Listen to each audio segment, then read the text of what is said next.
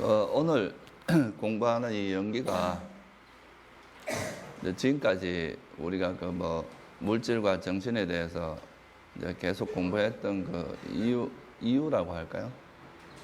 이 연기에 대해서 이제 좀 제대로 이해하기 위해서 공부를 했다고 말할 수도 있어요. 이제 불교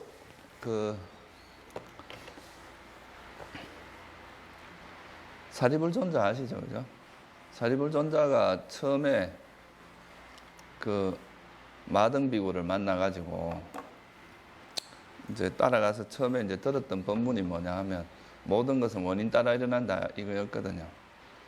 그래서 뭐 스님들도 잘 아시다시피 우리가 이제 그 부처님 당시부터 이제 육사외도들 중에서 대표적인 이제 두 가지 견해가 뭐냐면 하나는 전변설이고 하나는 적치설이라 그러죠. 쉽게 말해서 하나는 자아가 있는데 그 자아에 의해서 모든 것이 이제 일어났다. 이렇게 그 생각하는 부류가 하나 있다고 한다면 또 하나는 그냥 우연히 이제 뭐 그냥 요소들이 모였다 흩어지고 이 정도다. 그러니까 이거는 뭐 윤회도 없고 그냥 이제 그 일종의 유물론적인 사고 방식이죠. 그냥 어떤 요소의 합이다. 그렇게 이제 봤는데 부처님께서는 이제 이 연기의 가르침을 통해서 모든 것이 조건 따라 일어난다는 이 말씀을 이제 하시게 된 거죠. 이건 뭐 쉽게 말하면 이 세상에 일어나는 모든 일에는 원인이 있다 이 말입니다. 원인 없이 일어나는 건 없다. 모든 것은 원인에 의해서 일어난다. 이 말인데 이것을 이제 이해하는 것이 굉장히 중요합니다. 이 연기에 대한 이해를 통해서 연기를 이제 제대로 이해를 하면은 결국 뭐에 대한 이해가 되느냐 하면 공에 대한 이해가 되겠죠. 그죠? 모든 것이 조건 따라 일어난다. 이 말은 그 다른 말로 하면 이제 의존한다. 이 말이거든요. 어떤 뭔가의 조건에 의지해서 그 조건이 있어야만이 이제 다른 어떤 것이 발생할 수 있다. 이런 말이기 때문에 그 말은 뭐냐 하면 이 세상에 있는 모든 현상에는 실체가 없단 말로 연결이 됩니다. 만약에 이제 변하지 않는 무슨 실체가 있다 그러면 세상이 박살이 나든 요즘 뭐가 어떻게 되든 간에 그것은 변하지 않아야 되거든요. 옛날에 그 물리학에서도 이제 원자라는 것을 처음에 생각을 했었어요. 물리학자들이. 그래서 이 세상에는 원자들이 있는데 그 원자들이 이제 우리 몸이라고 하는 것도 적당한 원자들이 그냥 집합이고 그 원자들은 절대 변하지 않는 무슨 실체처럼 그렇게 생각을 했었어요. 그게 이제 원자를 생각하던 사람들이었는데 그게 이제 현대 물리학에서 이제 발전하다 보니까 이제 그 원자가 영원하지 않다는 것을 이제 알게 된 거죠. 깨진다는 거예요, 원자도. 그래서 이제 결국은 이제 뭔가 변하지 않는 실체로서 존재한다는 것은 어떤 상황에서도 변하지 않아야 되는데 그런 상태나 그런 게 없다는 것이 무슨 말이냐 하면 이 세상에 있는 모든 현상들은 어떤 조건에 의해서 발생한다는 거예요. 어떤 적당한 조건이 있어야 일어나고 그 원인을 가지고 일어난다고 생각하는 거. 이게 이제 이 불교만이 가지고 있는 독특한 가르침이죠. 그러니까 뭐 기독교 같은 데는 하나님이 모든 걸 다 창조했다고 이야기하잖아요. 그죠? 어떤 하나님 절대적인 신이 있어가 그 절대적인 신에 의해서 모든 게 다 이 세상이 만들어졌다고 보는 거죠. 근데 불교에서는 그렇게 보지 않아요. 이 세상에 절대적인 건 없고 절대적인 신이라는 것은 없고 그냥 어떤 적당한 조건이 갖추어지면 조건에 의해서 어떤 현상들이 일어나고 조건이 또 사라지면 그 현상은 사라진다. 조건에 의해서 일어나고 사라진다는 그런 관점에서 이제 설명을 했다는 거. 이게 이제 불교가 가지고 있는 가장 이제 심오하고도 또 약간 어려운 이유가 불교가 다른 종교에 비해서 어려운 이유가 바로 여기에 있습니다. 이 연기법이라고 하는 것이 어떻게 보면 뭐 학문적으로 봐도 세속의 어떤 학문에 내놔도 못지않을 정도로 상당히 깊이가 있는 거고 그냥 뭐 기독교처럼 아예 뭐 신이 모든 걸 다 한다. 그러면 약간 복잡한 문제는 전부 신한테 넘겨버리면 끝이거든요. 그러니까. 근데 이거는 그게 우리 이제 여기서 말하는 연기법에서는 그런 게 아니거든요. 그러니까 이 세상에 일어나는 모든 것이 우연히 일어나는 것도 없다는 거죠. 우리가 뭐 예를 들어서 뭐 저 유물론자들이 옛날에 이야기하는 게 왜 누구는 뭐 부잣집에 태어나서 저렇게 하고 누구는 가난집에 태어나서 이 부조리하다. 이건 우리가 투쟁으로 막 싸워서 이렇게 해야 된다. 이렇게 이제 주장을 하는데 그 뭐 일부는 또 맞는 이야기도 있겠지만 이제 어떻게 보면 그런 것은 현재 우리 사회에 있는 부조리를 이제 우리가 좀 노력에 의해서 개선하고 이런 거는 이제 되게 의미 있는 일이지만 그렇지만 이제 처음 태어날 때부터 누구는 부자로 태어나고 누구는 가난하게 태어나고 이런 것은 그냥 단순히 그런 이론만 갖고는 설명이 안 됩니다. 그걸 그냥 우연히 일어난 거다 이렇게밖에 말을 못 하는 거죠. 재수다. 근데 이제 불교에서는 그런 게 다 전생 자기 업에서 그렇다는 거죠. 자기가 지은 바에 따라서 그렇게 되는 거라는 거죠. 그래서 이제 이 연기법이라고 하는 것이 이제 우리가 불교를 공부하는 데 있어서 이제 불교가 다른 종교에 비해서 좀 심오하게 되는 가장 큰 이유입니다. 부처님께서는 이 연기법이 참 어렵다 그랬어요. 이해하기가 쉽지 않고 굉장히 심오한 가르침이다. 그리고 또 자아가 없는데 또 윤회를 말씀하시잖아요. 그죠? 내가 없는데 이제 윤회를 말씀하시니까 이게 어떤 조건에 의해서 이렇게 이어지는 그 과정을 이해하는 것은 상당한 지혜가 필요하기 때문에 그래서 이제 그런 문제가 있는 거죠. 그래서 지금까지 이제 우리가 물질에 대해서 공부를 했고 정신에 대해서 공부를 했어요. 그러면 이제 이 연기법이라는 건 뭐냐 하면 이 세상에 이런 이제 물질과 정신이라고 하는 요소들이 이제 쭉 형성이 돼 이제 있는데 그럼 이것들이 어떻게 해서 형성되냐 이거 왜 이런 게 일어나느냐 이거죠, 그죠? 그래서 그 원인에 대한 이제 공부. 지금까지 한 건 어떻게 보면 오온에 대한 공부였다 이렇게 말할 수 있어요. 물질과 정신이 결국은 오온인데 이 현상계에 드러나 있는 현상을 우리가 이해할 때 어떻게 이해할 것인가? 그건 이제 오온으로 이해를 할 수 있는 거죠, 그죠? 근데 이 오온이 그러면 왜 일어나는가? 뭐에 어떤 원인에 의해서 일어나는가? 무엇의 조건으로 일어나는지 거기에 대한 설명이 바로 이제 이거 연기법에 대한 설명이죠. 어떻게 보면 이제 우리 마음에서 이래 드러나는 현상은 지난번에도 한 말씀을 드렸지만 이 마음에서 드러나는 현상은 거의 그 일부에 불과하다 그랬죠. 빙산의 일각입니다. 그 실제로 이제 우리가 과거 전생 수도 없는 전생부터 익혀오던 그 수많은 이제 업들 그런 것들은 지금 현재 이제 어떤 인연을 조건을 만나지 못해서 드러나지 않았지만 그것이 이제 어떤 적당한 조건만 만나면 드러날 수 있는 가능성을 가진 게 되게 많거든요.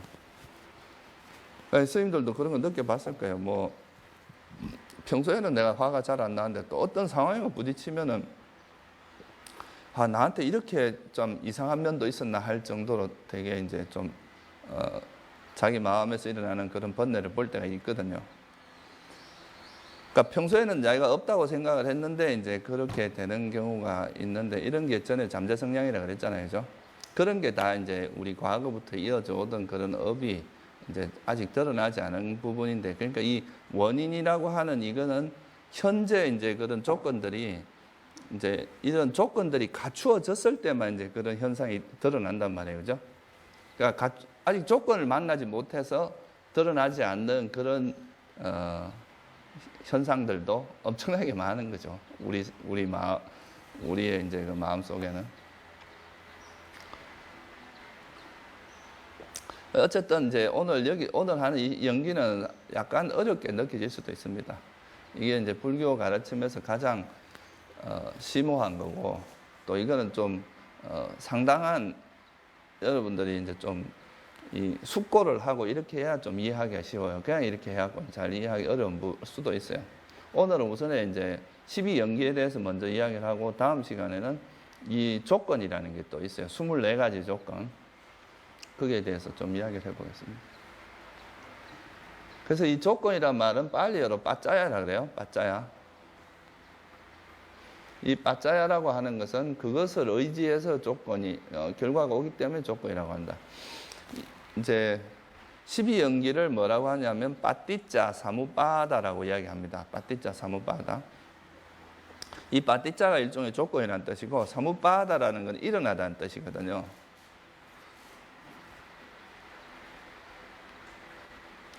그래서 이 조건이라는 건 어떻게 보면 다른 말로 하면 이제 원인이라 그럴 수도 있고 이것이 원인이다 이렇게 말할 수도 있고 그것의 근본, 이유, 그것이 왜 일어나는지 그 이유일 수도 있고 그것이 일어나는 이제 이건 왜 근본으로 뭐 번역을 했는지는 잘 모르겠는데 이 보면은 이 해뚜라는 건 전에 한번 이야기했죠. 원인이 뭐 몇 개다 이런 말 할 때 그죠? 그때는 그 좀 한정적으로 쓰이는 말인데 여기서 좀 범위를 좀 더 확장한 말입니다. 여기는. 그리고 요거 니다나라는 말은 어디에 나오냐면 상류따니까라는 경전에 보면 니다나 쌍류따라고 있습니다.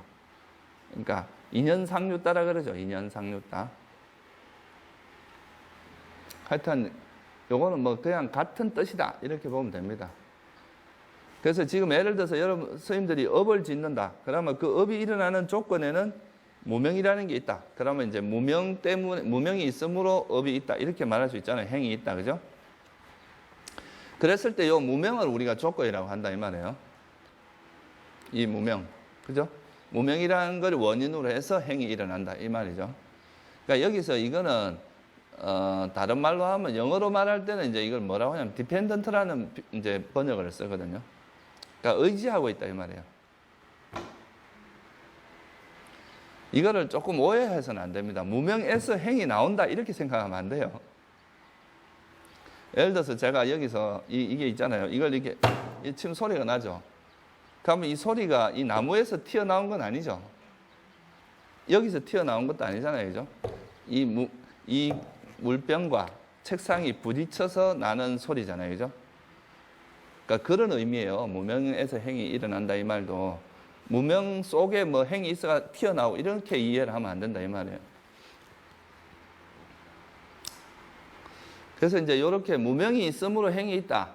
예를 들어서 무명이 있기 때문에 행이 있다. 이렇게 평면적으로 어떤 요소가 있기 때문에 이것이 드러난다. 이렇게 하는 것을 우리가 연기라고 이야기를 해요. 조건 따라 일어난다. 어떤 걸 의지해서 다른 것이 드러나는 것. 그래서 이 앞에 있는 용어를 조건 짓는 법이라고 이야기합니다. 그 다음에 이 조건 짓는 법에 의해서 드러난 법을 조건 따라 생긴 법이라고 이야기를 해요. 그러니까 여기서 뭐가 되겠어요? 무명에서는 이게 무명이 조건 짓는 법이고, 그죠? 행은 조건 따라 생긴 법이겠죠. 근데 이 조건이라고 하는 이제 24가지 조건, 이건 뭘 의미하냐면요. 이 무명이 때문에 행이 있다, 이렇게 이제 평면적으로 무명 때문에 행이 있다, 이렇게 하는데, 그러면 무명이 가진 어떤 잠재력이 행을 일어나게 하는지. 그냥 무명이 그러니까 이런 행을 일으키는 뭔가 잠재력이 있다, 이렇게 보는 거죠.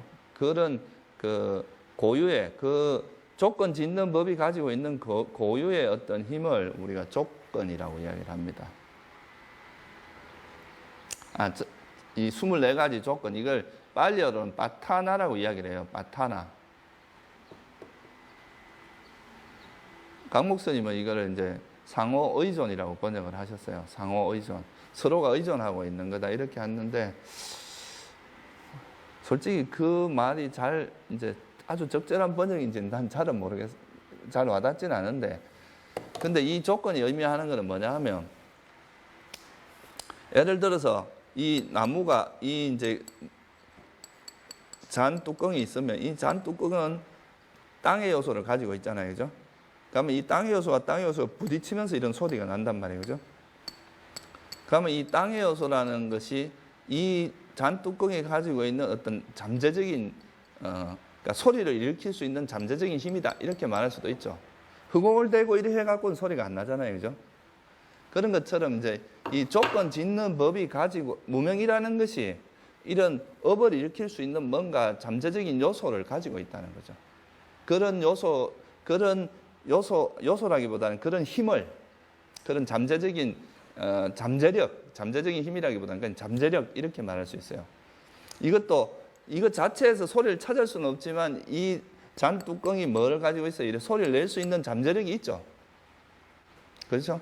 그런 의미로 이해하시면 돼요. 무명이라는 것이 가지고 있는 잠재력이 있는데 그 잠재력이 행을 일으킬 수 하는데 이것이 이제 무명이라는 것을 강하게 의지해서 일어난다. 그렇게 하면 강하게 의지하는 조건이라고 이야기할 수 있고, 예를 들어 무명이라는 것을 이렇게 관찰을 해보니까 무명이 일어나고 사라지더라 이거예요. 아, 무명이라는 것이 무상고 이 무상한 것이구나. 이렇게 함으로써 지혜가 일어날 수 있잖아요. 행에서.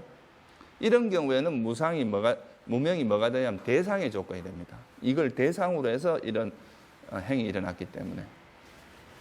그래서 이제 이 무명이 대상으로서 역할을 할 수도 있고 여러 가지 이제 그 조건을 가지고 그게 일어날 수 있다. 이런 고유의 이제 그걸 분류를 해가지고 그걸 24가지로 분류를 했어요. 대상이니 뭐 원인이 이런 조건을.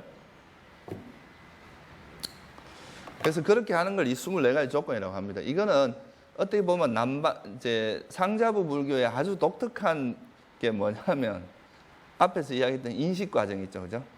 17심찰라로 나누는 그런 인식 과정하고 이 24조건 이게 아주 그 다른 데서는 찾아보기 힘든 아주 독특한 가르침입니다.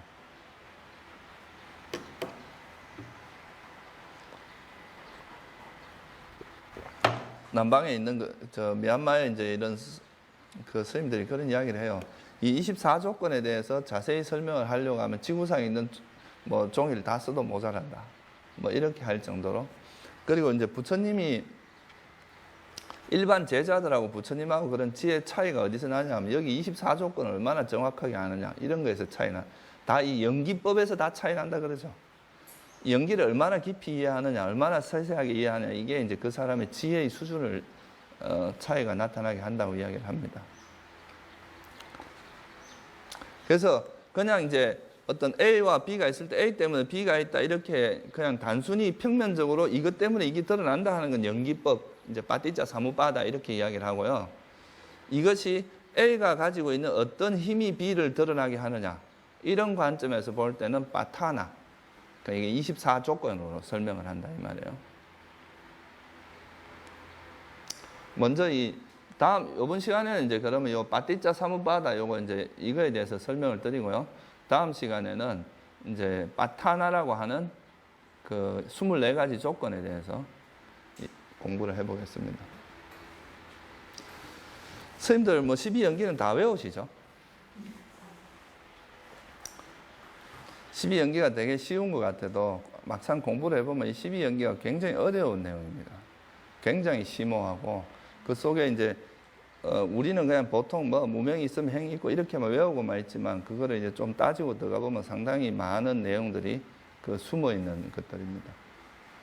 그래서 이 연기라는 것은 이제 아까 말했듯이 무명이 있으면 행이 있다, 행이 있으면 식이 있다 이런 식으로 어떤 것이 있으면 어떤 조건을 의지해서 어떤 것이 드러나는 그 구조를 설명한 거죠. 근데 여기서 한 가지 주의하셔야 될 게 뭐냐면 무명 때문에 행이 있다 이렇게 할 때 무명만 가지고 행이 일어날 수는 없잖아요. 무명이 일어나려면 또 이 무명이라는 조건만 있는 한 가지 조건만 있는 건 아니잖아요. 그죠? 예를 들어서 무명을 대상으로 해서 우리가 수행을 했다. 그럴 때 그래가지고 만약에 이제 무명을 대상으로 관찰을 해서 지혜가 일어났다.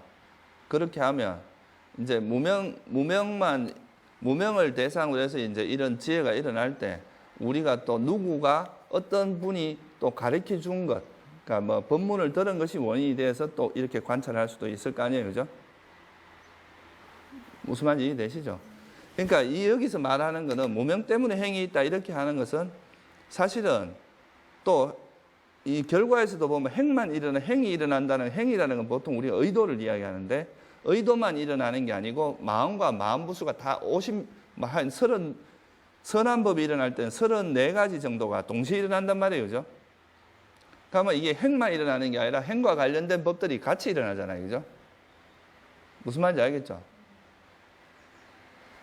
그리고 이 행이 일어나기 위해서는 또 마음이니까 무명만 있어야 되는 게 아니라 또 뭐가 있어야 돼요? 토대도 있어야 되잖아요. 물질적인 토대도 있어야 되죠. 그죠? 그리고 감각 접촉도 있어야 되죠. 그죠? 그러니까 여러 가지 조건이 필요한데 그 중에서도 여러 가지 조건에 의해서 핵만 일어나는 게 아니라 또 여러 가지 결과가 일어나는 거거든요. 실제로는. 그런데 왜 그러면 이게 딱 한 가지만 이렇게 드러냈느냐? 그 중에서 가장 뚜렷하고 선명한 조건들만 드러낸 거다 이거예요. 그러니까 이게 하나의 조건에서 하나만 일어난다 이렇게 생각하면 안 된다 이 말이에요.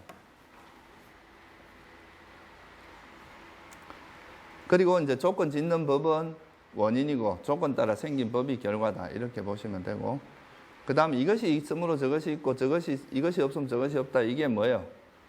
연기의 이제 정형구라 그러잖아요, 그죠? 이것이 있으면 저것이 있고 이것이 일어나면 저것이 일어난다. 요 앞에 요 구조는 뭐냐 하면 발생의 구조입니다. 뭐뭇이 있으면 뭐뭇이 일어나는 구조고, 또 뭐뭇이 사라지면 뭐뭇이 사라진다는 구조는 이제 소멸의 구조죠, 그죠? 그래서 이걸 뭐라 그래요? 유정관, 환멸관 이렇게 표현하죠, 그죠? 그러니까 연기는 두 가지 구조를 가지고 있어요. 이것이 있으면 저것이 일어난다는 측면이 하나가 있고, 그 다음에 그 반대로 이것이 사라지면 저것도 사라진다는 측면이 있다 이 말이에요. 그래서 사실 이거를 빨리어로는 아누로마 이게 이제 이것이 있으면 저것이 있다 이런 말이고, 빠띠로마 그러면 이것이 없으면 저것이 없다 이런 말입니다.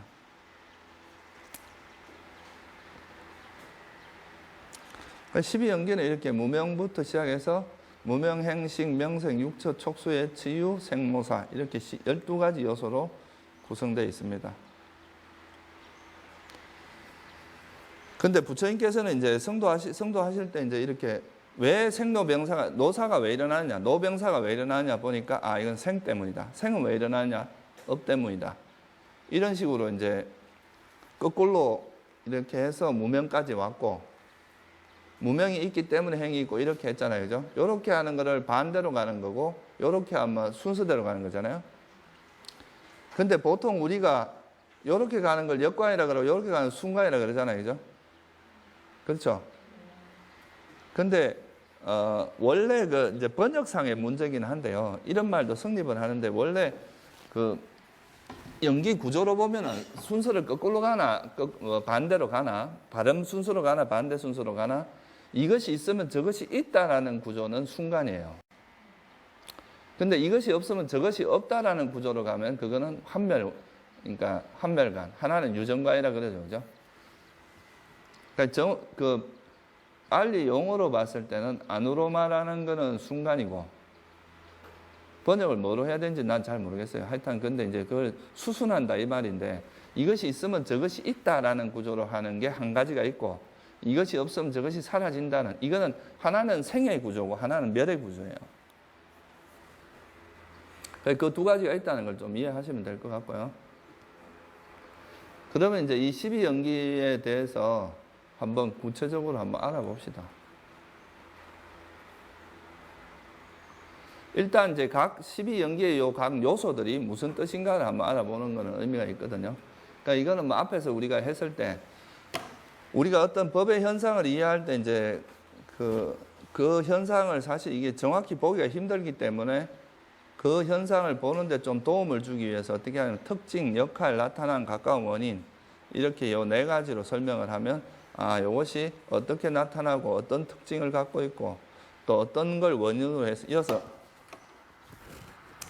이 가까운 원인이라는 뜻이 뭐냐 하면 그 주된 원인이라는 뜻입니다. 가장 주된 원인. 아까 무명 때문에 행위 있다 할 때 그 무명이 주된 원인이 되는 거죠.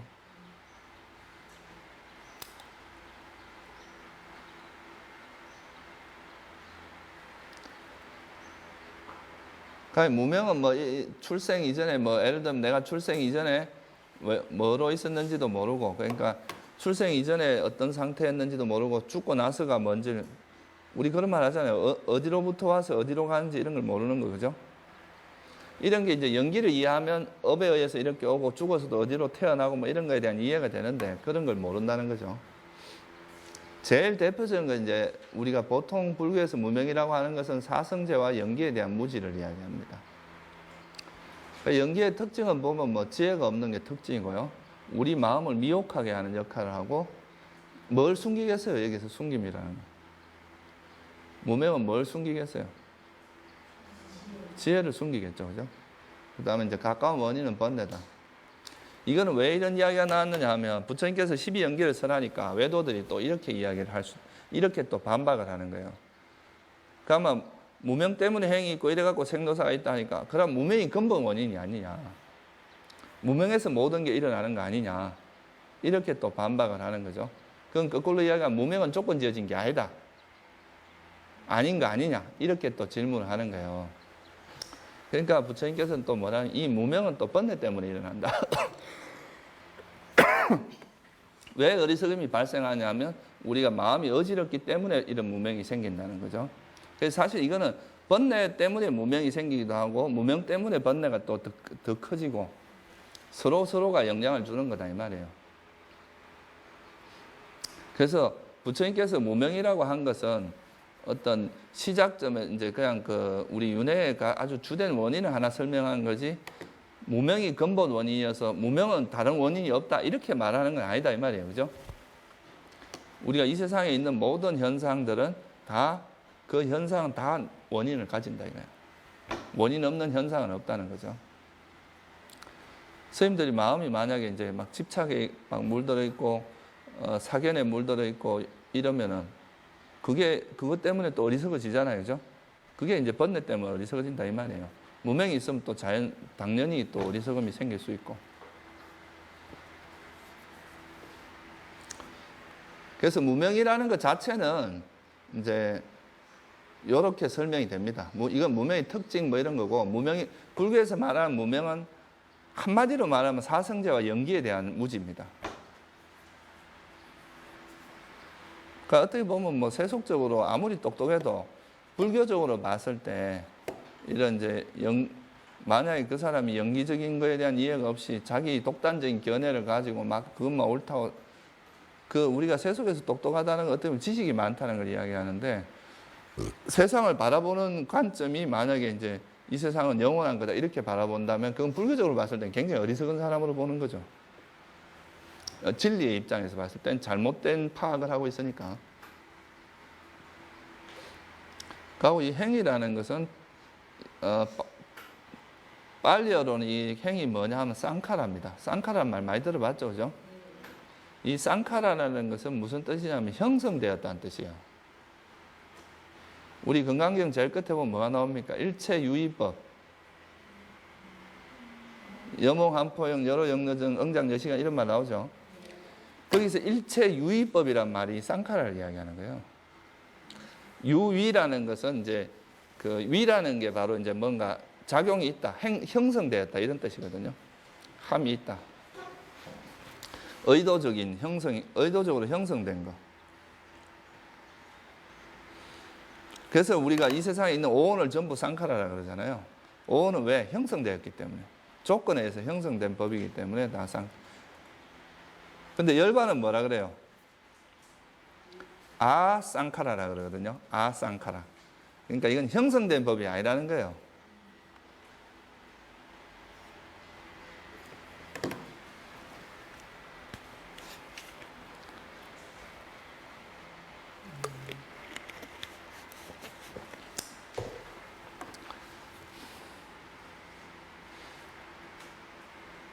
그래서 이제 이거는 형성되었고 어떤 조건에서 형성된 거 쌓는다. 이거는 뭐 행위라는 게 이제 일종의 우리가 한번 지나면 그거는 그 업이라는 것 자체는 일어나고 사라지지만 그 업이 가지고 있는 잠재력 그거는 이제 우리가 아란이 될 때까지 아란이 돼서 더 이상 이제 무여열반이 될 때까지는 언제나 작용할 수 있다 그랬죠, 그죠?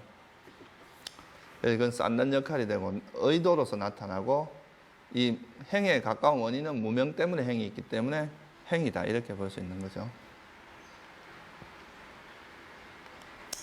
그럼 왜 무명 때문에 행이 일어난다 이렇게 말할 수 있느냐? 그걸 한번 살펴보자고요. 그러면 왜 우리가 업이 일어나는 거에 원인이 무명이냐 이 말이에요. 첫째, 불선행 같은 경우는 쉽게 이해가 되시죠? 탐욕이나 성냄이 왜 일어나냐 이건 무명 때문이다 이렇게 말하면 되게 쉽게 이해가 되잖아요, 그죠? 무명이 일어나면 무명이 어리석음이 있기 때문에 집착도 하고 성냄도 하고 그렇게 할 거 아니에요, 그죠? 그래서 이 무명 때문에 덕스럽지 않은 행위다 이 말은 이제 이거는 빨리어에서 뭐 이런 용어를 경전에 이런 용어가 가끔 나와요. 아뿐냐, 뿐냐라는 게 이제 덕인데 아뿐냐 이러면 이제 덕스럽지 않다. 그러니까 이건 이제 우리가 말하는 불선행. 그러니까 이제 뭐 탐진치를 바탕으로 해서 일어나는 그 생각을 해요. 덕스럽지 않은 행은 거의 우리가 탐욕이 일어날 때는 항상 뭐가 함께 합니까? 불선한 마음에서 네 가지 항상 함께 하는 마음 부수가 뭐라 그랬어요? 먼 옛날의 이야기죠. 무명, 그러니까 모하, 아이리카, 아노따빠, 우따자라고 들어봤죠? 모하, 어리석음하고 양심 없음, 수치심 없음, 덜뜸. 요 네 가지는 그러니까 우리가 불선한 마음이 일어날 때는 항상 함께 한다 그랬죠? 그러니까 이 불선한 마음이 일어날 때는 무명이 항상 함께 한다 이 말이에요. 그러니까 무명 때문에 이 불선행이 일어난다 이 말은 너무 자연스러운 말이죠. 그죠? 근데 여기서 이제 좀 잘 이해가 안 되는 게 왜 무명 때문에 선업이 일어나냐고요. 여긴 지금 뭐예요? 덕스러운 행위가 욕계선행하고 색계까지는 덕스러운 행위라고 하고 무색계를 흔들리지 않는 행위라고 하거든요.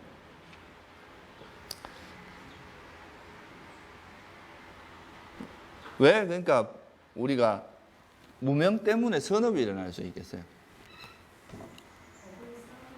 예? 싸워요? 아니 그러니까 무명이 있으면 자꾸 어리석어지지 않고 왜 이게 이제 선업이 일어날 수 있나 이거예요. 예? 그런 것도 있지만 예를 들어서 부처님의 만약에 스님들이 이제 부처님이나 이제 어떤 스님들의 법문을 듣잖아요, 그죠? 그러면 이 무명에 대해서 뭐가 일어나겠어요? 아 이거 위험한 것이다. 이런 생각이 이런 지혜가 생길 거 아니에요, 그죠? 그럼 이 무명을 극복하려고 하는 노력을 할 거 아니에요, 그죠? 그러니까 무명이라는 것이 조건에 대해서 우리가 이제 이 무명으로부터 벗어나려고 하는 노력을 하게 되잖아요, 그죠? 이런 게 이제 그러기 때문에 무명 때문에 그러니까 무명을 쫓아가면 불선업이 되는 거고 무명을 극복하기 위해서 노력을 하게 되면 그건 뭐가 돼요? 선업이 되는 거죠. 그리고 또 아까 말했듯이 무명을 대상으로 관찰할 수 있잖아요, 그죠? 무명을 대상으로 해서 아 이건 무상한 것이고 이건 위험한 것이고 이렇게 관찰하면 이 무명 때문에 지혜가 일어난 거잖아요, 그죠? 그러니까 이거는 뭘 의미하냐면 우리가 불선업이라고 불선함 이제 탐진치라고 해서 반드시 이제 어떻게 스님들이 어떤 태도를 취하냐에 따라서 그러니까 우리가 알아차림이 없고 정신이 없으면은 그냥 그 무명 때문에 또 더 어리석어지는 거고 만약에 정신 딱 차리고 무명이 일어나는 걸 알아차리고 그걸 극복하기 위해서 노력을 한다면 이 무명 때문에 지혜가 생길 수도 있다 이 말이에요.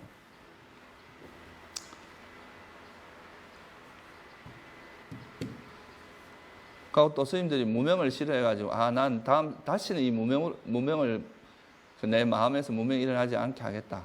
그러면서 열심히 또 이제 선정수행을 하고 이렇게 하면 무명 때문에 선업이 일어났다 말할 수 삼매가 일어났다 이렇게 할 수도 있잖아요, 그죠? 이런 거를 뭐라고 하냐면 이제 다음에 우리가 하는 조건에서는 강하게 의지하는 조건이라고 이야기합니다. 이 무명이라는 걸 강하게 의지해서 어떤 선업이 일어난다 이렇게 말하는 거죠.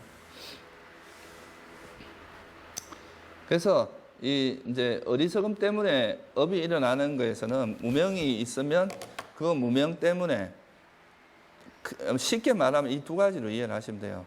우리가 무명을 그냥 이렇게 쫓아가게 되면 무명에 그냥 휩쓸려 버리면 그거는 불선행이 일어나는 거고 무명을 알아차리고 그걸 극복하기 위해서 노력을 한다면 선한 쪽으로 간다 이 말이에요.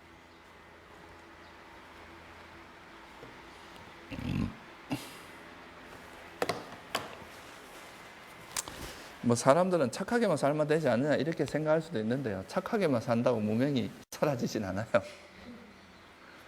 이거는 불교에서 말하는 선한 업이라고 하는 거는 반드시 노력이 따라야 돼요. 우리가 이런 지혜와 노력이 따르지 않으면 절대 그래 되진 않아요. 그 다음에 이 식이라고 하는 거는 이제 빨리어로 윈냐나라 그러죠. 이게 이제 아비자. 무명은 아위자라 그래요. 위자가 명, 지혜거든요. 그 다음 아 붙으면 부정어예요. 그러니까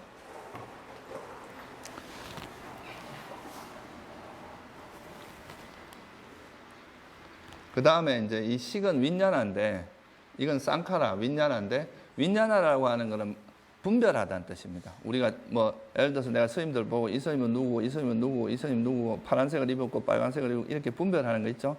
그런 작용을 하는 게 이제 식의 작용인데, 엄밀하게 이야기하면 이 식이라고 하는 거는 그렇게 이제 자세하게, 식 자체로만은 그렇게 자세하게 분별하지 못해요. 여기에 마음부수가 결합됐을 때 그렇게 분별할 수 있죠. 그러니까 이 식 자체만 이야기하면 그냥 대상을 아는 작용, 마음하고 똑같은 작용입니다. 그래서 이제 시곤이라는 것과 이 식이라는 거는 이제 그 마음이라는 거, 그거는 똑같은 말이죠. 그리고 이제 이 선행자란 말은 마음과 마음부수가 있을 때 그 마음부수의 선행자다 이 말이에요. 마음이 대빵이다 이 말이죠. 그죠? 최고 대장이다. 그럼 이게 나타나는 것은 여기서 이 식은 주로 뭘 의미하냐면 재생연결식을 이야기합니다. 이 나타나는 건 뭐 가까운 원인은 요 앞에 거니까. 그래서 이제 여기 두 번째 구조, 첫 번째 구조는 무명 때문에 행이 있다고, 두 번째 구조는 행 때문에 식이 있다잖아요. 그죠? 근데 일반적으로 이제 이 12연기는 우리가 이제 두 가지로 좀 바라볼 수가 있는데, 첫 번째는 그냥 이제 이 윤회의 구조를 설명하는 거라고 볼 수가 있어요. 그러니까 이제 이 어떤 부처님께서 그랬잖아요. 왜 노사가 있느냐? 왜 노병사가 있느냐? 그거는 생이 있기 때문이다. 생은 왜 있느냐? 이렇게 거꾸로 이렇게 해서 그 윤회의 원인을, 근본적인 원인을 찾아낸 거잖아요. 그죠? 그런 윤회의 원인을 이야기할 때도 있고, 또 요거 하나를 따로따로 떼서 생각을 하면 일반적으로 우리 마음이 일어날 때 어떻게 일어나는지 이런 거를 설명하는 게도 적용이 될 수가 있어요. 근데 기본적으로는 여기서 12연기에서 기본적으로 이제 우리가 설명하고자 하는 구조는 윤회가 어떻게 일어나냐 하는 거에 대한 정확한 이해거든요. 그래서 이제 스님들이 만약에 예를 들어서 전생에 어리석은 무명 때문에 뭘 지었느냐 하면 업을 많이 지었어요. 선업도 짓고 불선업도 지었어. 그러면 이게 행이잖아요. 무명 때문에 여러 행이라는 거 업하고 그냥 같이 이해를 해도 크게 문제 없습니다. 그렇게 업을 많이 지었는데 그 행에 의해서 이제 죽기 전에 나타난다 그랬죠. 그게 그죠? 거기서 최초로 이제 어떤 식이 일어나냐에 따라서 자기가 태어나는 곳이 달라진단 말이에요. 이거 지난번에 한번 우리 그 5장에서 공부했죠. 그죠? 그러니까 이제 이 생에 지었던 수많은 행 중에서 죽음 직전에, 바로 직전에 나타난 인식 과정에서 그 대상이 죽음 직전에 나타나는 게 이제 업이나 업의 표상이나 태어날 것의 표상이 나타나는데 거기에 어떤 업이 나타나냐에 따라서 어떻게 된다 그랬어요? 다음 생에 이제 태어남이 결정된다 그랬죠. 스님, 가서 세수 한번 하고 와요.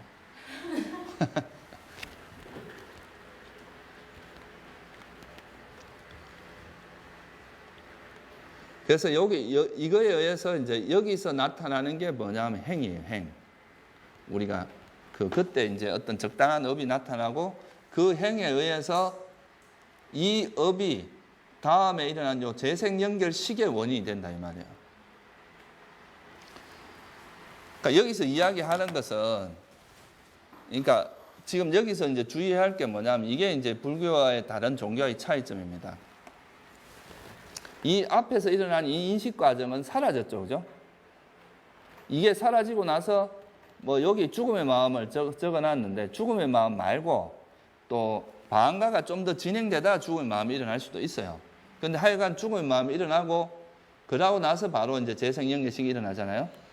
그러면 이 앞의 마음하고 이 뒤의 마음은 사실은 같은 마음은 아니죠. 똑같은 게 일어나는 게 아니단 말이에요. 단지 이 앞에 있는 이걸 의지해서 일어난다는 거지. 다시 말해서 내가 이걸 여기서 이렇게 소리를 낸다 해서 이 소리하고 이게 같은 건 아니죠. 그죠? 같은 건 아니지만 이 물병과 이 책상을 의지해서 소리가 일어났잖아요. 그런 것처럼 여기서 일어나는 것도 이 업을 의지해서 이게 일어나긴 하는데 같은 건 아니죠. 그죠? 이건 이제 어떻게 보면 새로운 마음이 일어나는 거죠. 연관되어 있다 이렇게 말할 수 있죠. 의지하고 있다. 조건 지어져 있다 이렇게 말할 수 있는 거죠. 그래서 그게 연기예요. 조건 지어져서 일어난다. 그러니까 만약에 이런 연관된 게 없다면 갑자기 뭐 내가 이런 사람으로 있다 갑자기 뭐 좀 이상하게 갔다가 막 마음도 일관성이 없을 거 아니에요. 그죠? 근데 이 앞에 거하고 전혀 무관한 뒤에 마음이 일어날 수가 없다는 거예요. 앞에 마음하고 관련되어서 앞에 내가 일어났던 마음과 어느 정도 연관성이 있는 것으로 이어지기 때문에 우리가 어떤 스님들이 내 나름대로 이게 나다라고 아이덴티티가 어느 정도 형성이 되는 거죠. 근데 만약 이런 연관성이 없다면 아이덴티티 자체가 없어지겠죠. 근데 그렇지만 같은 것이 아니라는 거예요. 중요한 거는. 그래서 이건 이제 여기서 이런 걸 통해서 이제 보통은 어떻게 이야기합니까? 옷만 갈아입는다 이렇게 이야기하는 사람들이 있거든요. 윤회가. 아니 사람은 똑같은데 몸만 바꾼다 이렇게 이야기하는 경우도 있잖아요. 이런 걸 뭐라고 하냐면 환생이라고 합니다. 우리가 근데 그런 환생은 불교 가르침이 아니에요. 그런 걸 명확히 아셔야 돼요. 동일한 사람이 다른 모습으로 바뀌는 거잖아요. 그 환생이라는 거. 그런 개념이 아니고 불교에서는 완전히 이렇게 오온이 그러니까 이 전생의 오온은 소멸된 상태에서 새로운 오온이 형성되는 거예요. 근데 이 새로운 오온이 형성되는 데 있어서 전생의 오온이 영향을 준다 이렇게 말할 수 있어요. 무슨 뜻인지 이해되시죠? 그래서 요즘 영어에서 이제 옛날엔 영어에서 이 윤회를 뭐로 번역을 했느냐 하면 reincarnation이라고 번역을 했어요. 이게 환생이거든요. 근데 이 번역이 이거는 좀 힌두교적인 번역이죠. 그러니까 뭔가 똑같은 사람이 환생하는 듯한 느낌을 줘서 요즘 리버스라는 표현을 씁니다. 다시 태어난다 이거예요. 그래서 우리가 이제 새로 태어나는 그 원인이 예?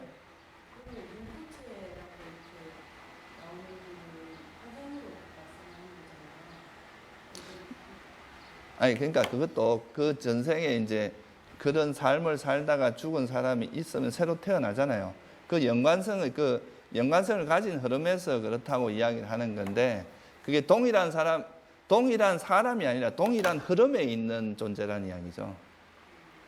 스님이 죽어도 지금 현재 이 흐름에서 다시 다음 생에 또 새로운 마음의 흐름이 이어질 거 아니에요, 그죠? 요 한 단위를 한생이라 그러고 두 번째 한 단위를 한생이라 하고 이렇게 하잖아요. 그렇다고 해서 이 앞에 사람하고 뒤에 사람이 변하지 않는 무슨 실체가 있어서 이어지는 게 아니라는 뜻이에요. 만약에 실체로 이어진다 그러면 아토만 사상은 뭐가 다르겠어요? 그럼 무아가 아니잖아요. 아잖아요. 아가 있는 거잖아요. 그죠? 그러니까 이 연기를 이해하는 것은 조금 어려워요. 그런데 중요한 건 쉽게 말하면 이렇게 생각하면 돼요. 내가 이 도장을 찍는다 생각을 해보세요. 도장을 찍으면 지금 내가 여기 있는 이 손에 있는 도장하고 여기 찍힌 거하고는 모습은 비슷할 거 아니에요. 거의 똑같잖아요. 그죠? 그럼 이 도장하고 이 뒤에 게 같은 거예요? 다른 거예요? 다른 거죠. 그죠? 그렇지만 이 도장하고 무관하게 이 찍힐 수 있어요? 없어요? 그러니까 이런 게 연기적인 이야기예요. 분명히 앞에 도장하고 뒤에 도장은 다른 거잖아요. 그죠? 지금 스님도 동일한 사람이 이어지는 게 아니라 물질과 정신의 계속 변화 과정이 있다 이 말이에요. 앞에 물질하고 뒤에 물질은 다른 물질이고 앞에 정신과 뒤에 정신은 다른 정신이란 말이에요. 그죠? 그렇지만 앞에 거하고 뒤에 게 계속 어떤 연관성을 가지고 움직이잖아요. 그래서 그걸 우리는 그냥 개념적으로 나라고 생각하고 있는 거라는 거죠.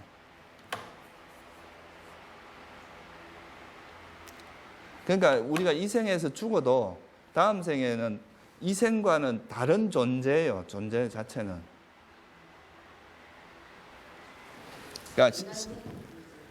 그러니까 실체는 아니다 이거예요. 그러니까 보통 우리가 이제 그 환생이라는 의미는 어떤 뜻이냐면 이 생에도 동일한 존재가 있어요. 변하지 않는 실체가 다음 생에 그대로 간다 이 말이고, 지금 불교에서 말하는 건 그런 게 아니라 지금 현재 있는 존재 자체가 계속 변화의 과정에 있고 다음 생에도 그러니까 이제 이거 연관돼서 또 새로운 게 시작되긴 하는데 계속 변화의 과정에 있다 이 말이에요. 그건 이제 조금 더 공부를 해보시면 이제 스님이 좀 더 이해가 될 겁니다. 그러니까 이걸 또 다른 방면에서는 또 어떻게 설명을 하냐면 이제 이렇게 촛불이 이렇게 쭉 있는데 앞에 촛불이 뒤에 촛불로 이렇게 불꽃을 넘겨주는 거죠. 그럼 앞에 촛불은 꺼지고 또 뒤에 촛불이 생기잖아요. 그럼 또 이 촛불이 꺼지고 다음 촛불로 넘겨줘요. 그러면은 이거는 분명히 같은 선을 이렇게 한 라인을 따라가니까 이거는 동일성은 있잖아요. 그죠? 연관성을 가지고 있지만 앞에 촛불하고 뒤에 촛불은 분명히 다른 거잖아요. 근데 보통 이제 진화론 이야기하는 건 불꽃은 꺼지지만 그 초는 똑같은 초다 이 말이거든요. 그러니까 초가 변하지 않는다는 이야기예요. 무슨 말인지 이해가 되세요?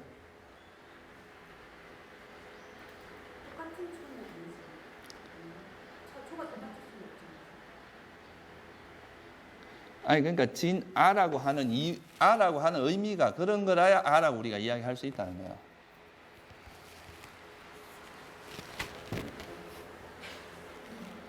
저는 그게 대해서 생각을 많이 했는데 정리는 안 되지만 동일한 상상이 있다는 면에서 본다면 그거를 한생이라는 이야기를 할 수가 있을 것이고 큰 변화가 일어나기 때문에 그래요. 예를 들면 사람 몸으로 있다가 축생으로 변한다거나 그러니까 그 흐름은 똑같아요. 오온이 일어나고 사라지는 그 흐름인데 지금은 이제 예를 들어서 금생에 내가 인간의 몸을 가지고 그렇게 오온이 일어나고 사라졌는데 다음 생에는 전혀 다른 공간과 다른 세상에서 다시 또 거기서부터 다시 시작해서 오온이 일어나고 사라지기 때문에 요걸 구태, 한생, 두생 이렇게 표현하는 건데 실제로는 지금 이 순간도 죽고 살고 하고 있는 상태예요.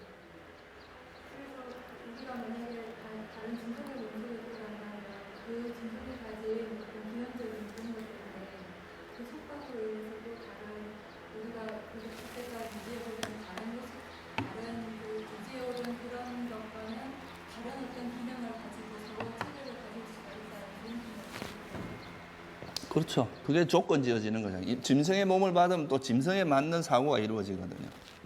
그래서 동질성을 달리고 있겠지만 근본적으로는 똑같은 어떤 동질성이 유지되기 때문에 그 현실이라고 하는 거 아닌가 그런 생각이 들어요. 똑같은 정신세계 유지되다니. 정신세계가 유지되는 게 아니라 나라고 하는 건 유지되어오는 계속 예수님이나 저의 형상이나 어떤 것들이 계속 이렇게 유지되어 오다가 죽음을 맞아서도 아니 그거는 그렇게 이해를 하시면은 이게 안 돼요.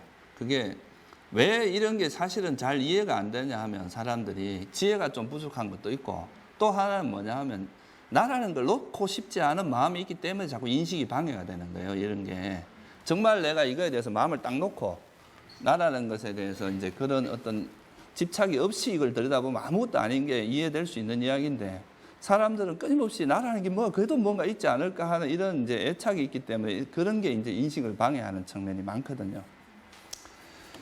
근데 기본적으로는 우리가 이제 지금까지 우리가 아비담마나 이런 거에서 이제 공부를 한 것도 그렇고 부처님께서 말씀하신 것도 이 마음이라는 것이 안구따라니까에 보면은 마음이라는 것은 이제 얼마나 빨리 변하는지 모른다. 마음보다 더 빨리 변하는 것을 나는 본 적이 없다 그랬거든요.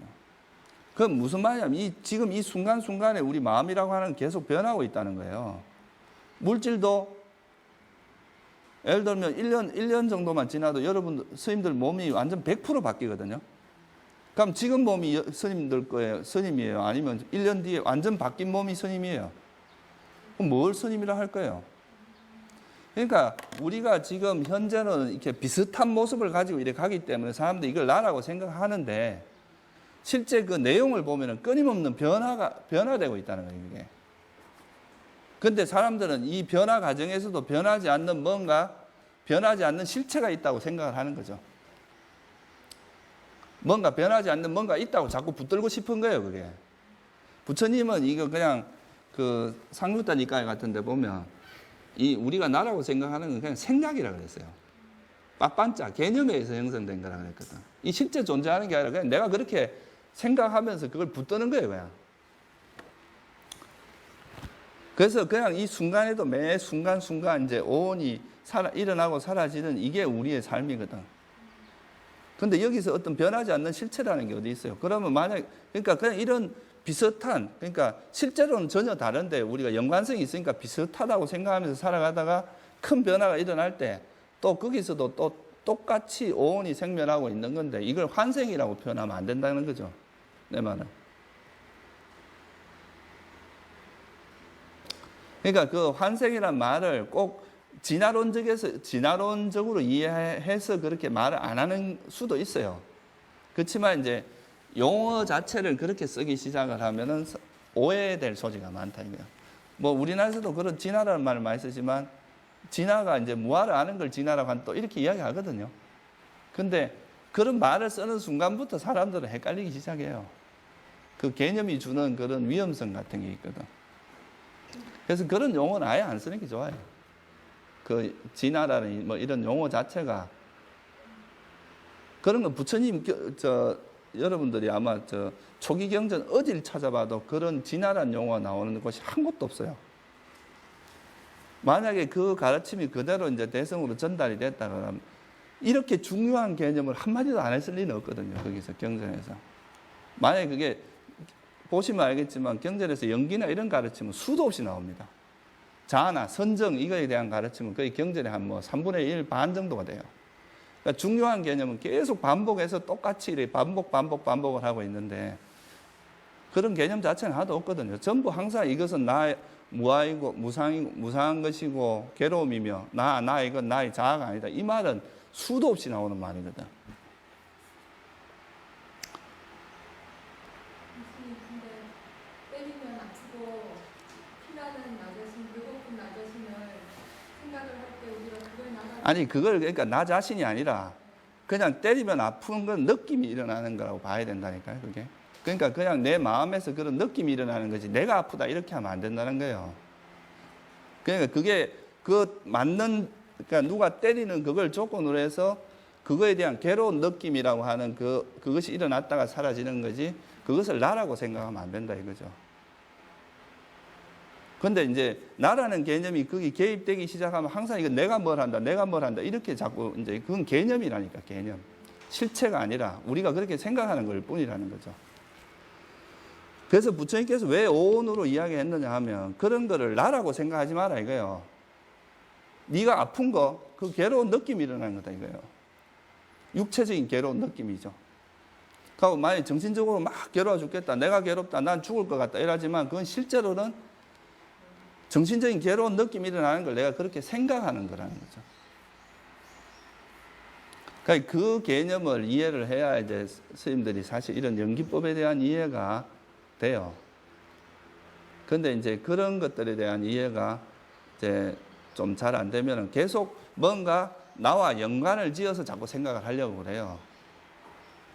그래서 상유타 니까야라는 경전에 보면 그 찬다존자라는 분이 있는데 이분이 계속 이제 물질은 내 것이고 뭐 이렇게 관찰하다가 나중에 뭐냐가 이제 세고는 무상고한 것이고 뭐 괴로움이고 뭐하다 이렇게 관찰하다 나중에 뭐냐 하면 아니 그럼 관찰하는 나는 뭔가 이렇게 또 되는 거예요. 그러니까 이게 막 도돌이표 돌듯이 계속 이래 반복되는 거죠. 그럴 때 이제 아난존자가 이제 그 찬나존자한테 뭐라고 하냐면 이제 그 가전연경에서 나오는 그 이제 12연기에 대한 이야기를 들려주거든요. 그때 이제 이 사람이 아라한이 돼요. 찬다존자가. 그러니까 사람들은 끊임없이 나라는 그 개념 자체를 놓지를 못하는 거죠. 그게 이제 자꾸 개입되니까 이 말이 이해가 안 되는 거라. 자꾸 이제 자꾸 이제 여기에 그 나라는 게 개입되는 그 자체가 무명이 거기 개입되는 거거든요. 그러면서 이게 이것도 내 생각대로 또 이해를 하려고 하니까 이게 있는 그대로 안 보이고 또 헷갈리는 거죠. 근데 그런 걸 딱 놓고 보면 되게 단순한 이야기예요.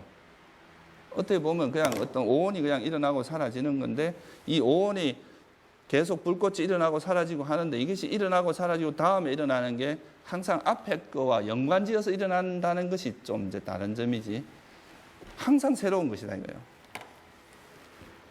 그러니까 기독교에서는 이 세상에 하늘 아래 새로운 것은 없다 그러잖아요.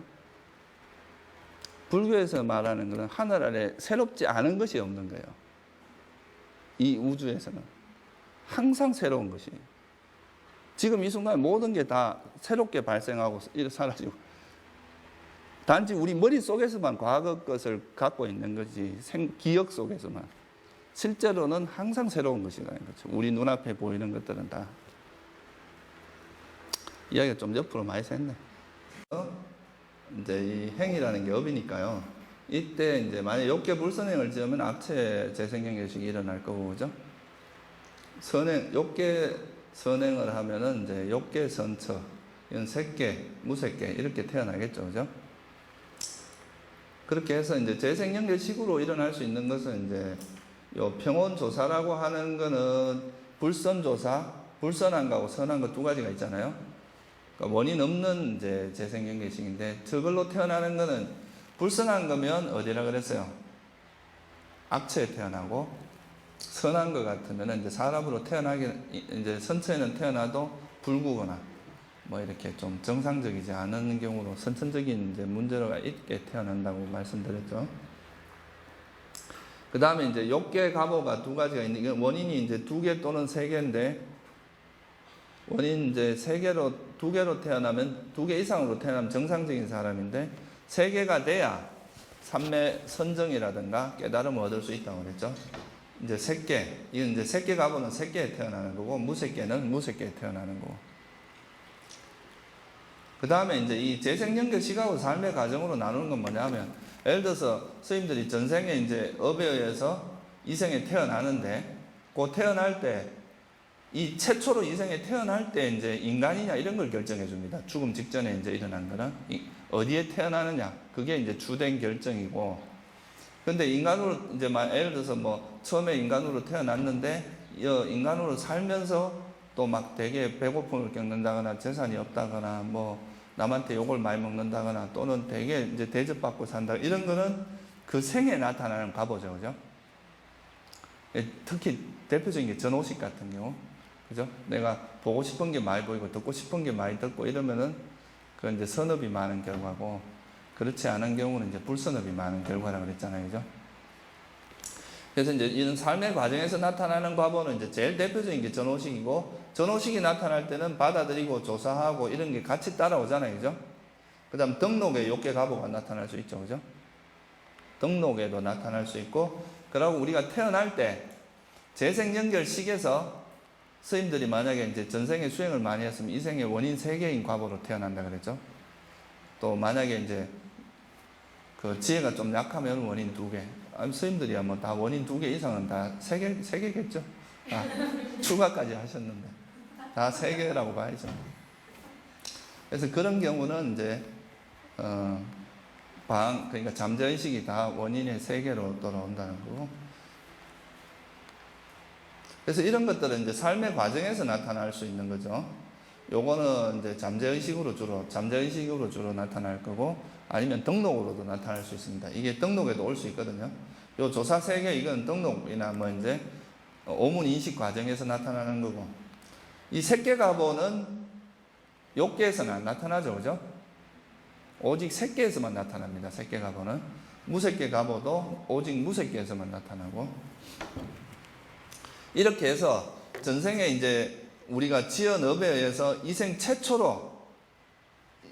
최초로 나타날 때 일어나는 건 재생연계식이고, 그 다음부터 나타나는 것은 삶의 과정에서 가보로 나타나는 거다, 이렇게 보시면 되죠.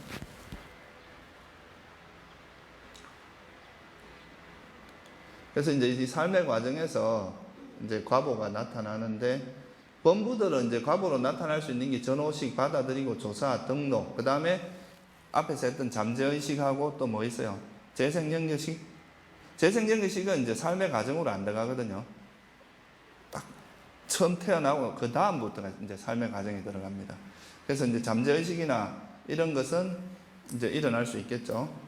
근데 이제 아라한인 경우에 삶의 과정에서도 이제 과의 마음이 일어나는데, 이게 뭐냐 하면, 아라한이 만약에 그 과삼매에 들었을 때, 그러니까 승자가 된 사람은 열반을 대상으로 해서 삼매에 들 수 있다 그랬잖아요, 그죠?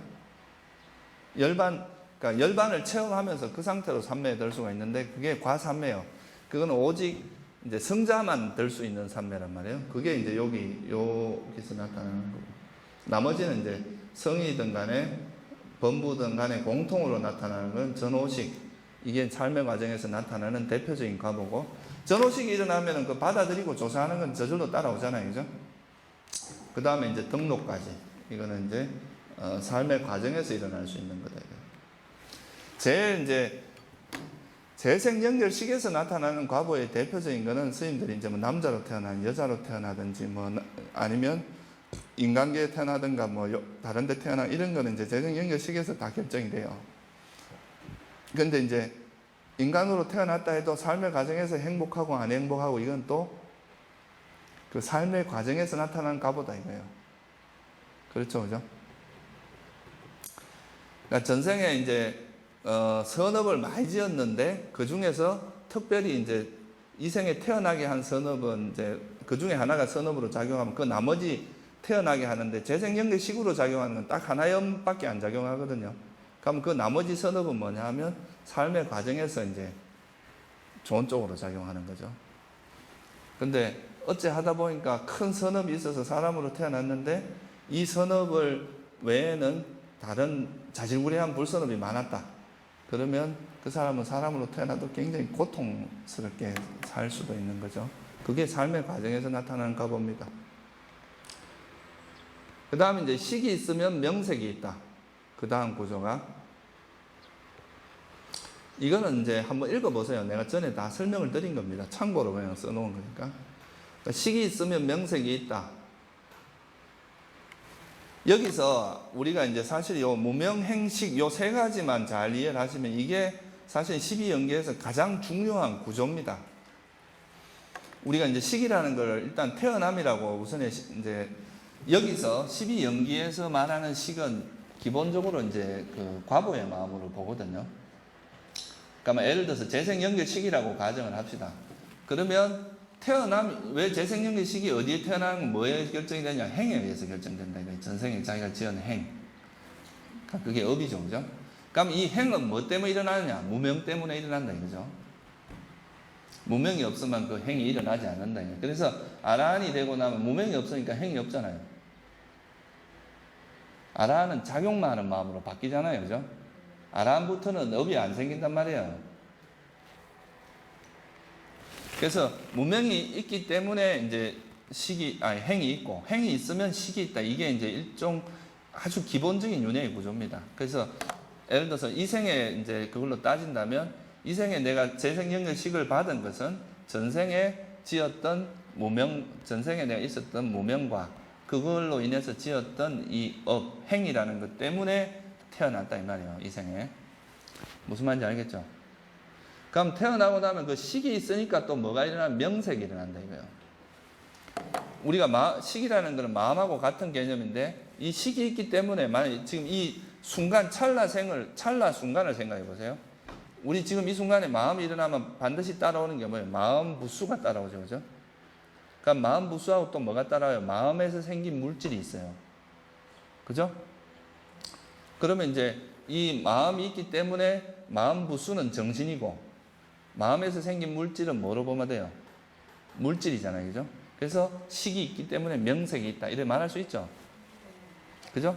매 순간순간에 일어나는 건 보면 마음이 이제 먼저라기보다 마음이 이제 대장으로 일어날 때 그냥 일어나는 게 아니라 마음 부수하고 마음에서 생긴 물질이 같이 일어나니까 마음이 일어나기 때문에 그러니까 이 마음은 식으로 보면 식이 일어나기 때문에 이 마음 부수와 물질이 있다. 명색이 있다. 이렇게 말할 수 있는 거죠. 그죠? 그러니까 이게 태어나는 그 순간 식부터는 계속 물질과 정신이 계속 이어진다 이 말이에요. 마음은 계속 이어지고 그게 또 뭐가 이어지겠어요? 그 마음에서 생긴 물질 또는 업에서 생긴 물질로 봐도 돼요. 전호식 같은 경우는 마음에서 생긴 물질이 안 생기거든요. 그러니까 그때는 업에서 생긴 물질이 함께 일어난다고 보면 되겠죠. 그죠? 그래야 이게 몸이 형성이 될 거 아니에요. 그죠? 처음에 최초로 일어나는데 이제 이 마음이 식이 계속 진행이 되면서 그와 더불어서 마음 부수는 당연히 따라오고 이 식이 진행되는 거에 따라서 그 업에서 생긴 물질 또는 마음에서 생긴 물질이 생기면서 스님들 몸을 형성한다 이 말이에요. 쉽게 말하면. 그게 이제 식에서 명색이 생긴다는 이 구조입니다. 근데 이 12연기를 공부하실 때는 한 가지 이해를 해 두셔야 될 게 뭐냐 하면 이 정신을 이야기할 때는 정신을 마음과 마음 부수를 합친 개념으로 쓸 때도 있고 마음 부수만 이야기할 때도 있어요. 그 두 가지가 상황에 따라 다르게 나타나요. 여기 같은 경우는 뭐만 의미하는 거겠어요? 지금 이 상황에서. 마음 부수만 의미하는 거라고 볼 수 있겠죠. 그죠? 근데 또 이게 이 식을 지금 현재 일어나는 이 식으로 볼 수도 있지만 과거에 내가 업을 지을 때 그때 일어난 마음으로 볼 수도 있거든요. 전생에. 스님들이 만약 전생에 이제 업을 지을 때 그때도 마음은 일어날 거 아니에요. 그죠? 그때 그 식을 업이라고 본다면 이때는 현생에서 일어나는 그거는 이제 전생의 업으로서 일어나는 이 과보는 뭐가 되겠어요? 이때는 마음과 마음 부수가 같이 일어나겠죠. 과보 마음이 되고 그때 일어나는 거죠. 근데 일반적으로 그냥 뭐 쉽게 설명을 하면은 지금 이제 일단 재생연결식 일어나고 나서 현재 이렇게 마음이 진행이 될 거 아니에요. 이제 태어나면 그죠? 그때 이 마음과 함께 일어나는 마음 부수와 그거에서 생긴 물질을 이야기한다. 이렇게 보시면 됩니다. 무슨 말인지 알겠죠? 그죠?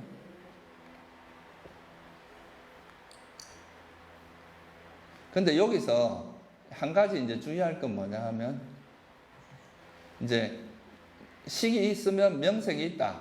이렇게 말하는데 예를 들어서 무색계 같으면 이건 없어져야 되겠죠. 그죠?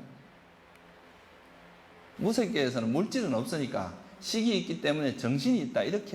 이런 구조로 간다. 이 말이에요. 무슨 뜻인지 이해되시죠? 그 다음에 만약에 이제 색계에 보면 무상유전체라고 물질만 생기는 데가 있다 그랬잖아요. 그죠? 그런 경우는 재생연결식 자체가 식이 없어요. 무슨 말인지 알겠죠? 재생연결식 자체가 없잖아요. 그죠? 그러니까 이때는 처음부터 물질만 있잖아요. 이런 경우는 그러면 이때 이 식이라는 구조를 뭐로 봐야 되느냐? 죽음 직전에 나타나서 그러니까 무상유정천에 태어나게 하는 그때 일어난 마음이 있을 거 아니에요. 그죠? 그때 이 식을 이걸로 봐야 된다. 이 말이에요. 그래서 아까 말할 때 여기서 식이 이제 이생의 식을 이야기할 때도 있고 전생의 식을 이야기할 때도 있다 그랬잖아요. 예를 들면 이제 이런 무상유정천에 태어난 존재 같은 경우는 전생의 식으로 보지 않으면 이게 해석이 안 돼요. 지금 그냥 재생연결식으로만 보면 해석이 안 된다 이 말이에요. 그죠? 왜냐하면 무상유정천에는 식이 없어요. 그 태어난 동안에. 그러니까 이거는 이제 전생에 지었던 그 업을 지을 때 그때 일어난 그 식에 의해서 이 생에 이제 무상유정천에 태어났다. 이 구조만 설명이 되는 거죠. 그죠? 어쨌든 그럼 이제 전생의 무명 때문에 행을 이제 업을 지었고 그 업 때문에 식이 일어났어요.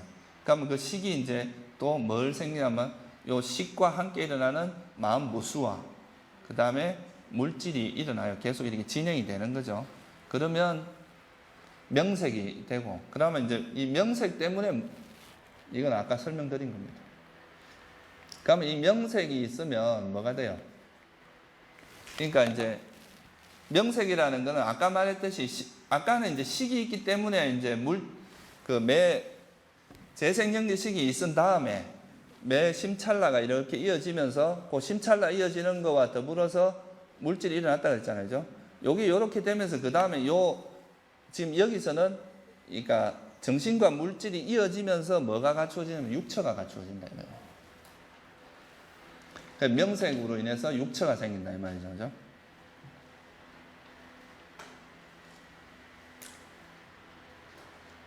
근데 이 구조가 이 12연계 중에서 가장 어려운 구조 중에 하나입니다.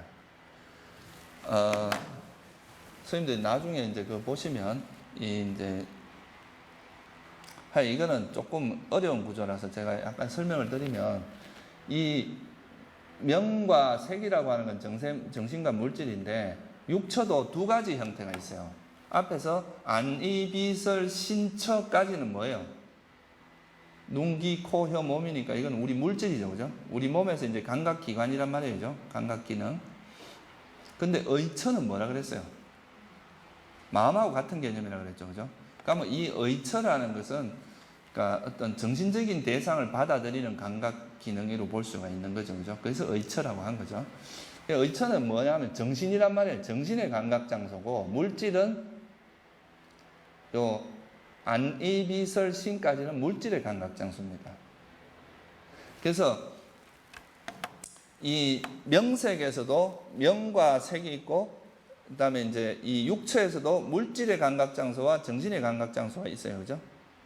그러면 여기서 이 구조가 정신이 있기 때문에 뭐 육체가 있다 이렇게 말해도 성립되고, 물질이 있기 때문에 육체가 있다 말해도 성립되는 구조다 이 말이에요. 이게 왜 그렇게 이야기하냐면, 예를 들어서 무색계 같은 경우는 색이 없잖아요. 그죠? 그러면 이 구조가 말이 안 되잖아요. 그죠? 이때는 이제 물질은 빼고 정신이 있기 때문에 육체가 있다 이렇게만 말하는데, 육체 중에서도 뭐밖에 없어요? 그렇죠. 의처밖에 없는 거죠. 무슨 말인지 이해가 되세요? 그래서 이게 꼭 지금 말씀드린 건 명과 색이 두 개가 반드시 있어야 되고, 육체에서도 물질적인 거가 정신적인 게 반드시 있어야 되는 건 아니다 이 말이에요. 그 중에 부분만 있어도 이 관계는 성립하는 거라고 보면 된다 이거예요. 그래서 이게 가능한 방법이, 첫째, 여기서 이제 그러니까 예를 들면 명색에서 육처가 된다 할 때 먼저 보면은, 무색계 같은 경우는 육처 중에서 의처밖에 나타날 수가 없죠. 그죠? 그렇죠? 욕계 같으면 다 나타날 수 있어요. 근데 색계 같으면은 눈과 귀와 의처밖에 안 나타난다는 거예요. 색계에서는 보고 듣는 거하고 생각하는 것밖에 안 된다 그랬죠. 그죠? 색계는 그러니까 비설신식이 없습니다. 색계의 특징이, 색계 존재들은 먹질 않아요. 선열, 그러니까 이제 선정의 희열을 먹고 산다 그랬잖아요. 그래서 이제 냄새나 참 냄새하고 맛 보는 기능이 없고 몸의 기능도 없다 이거예요.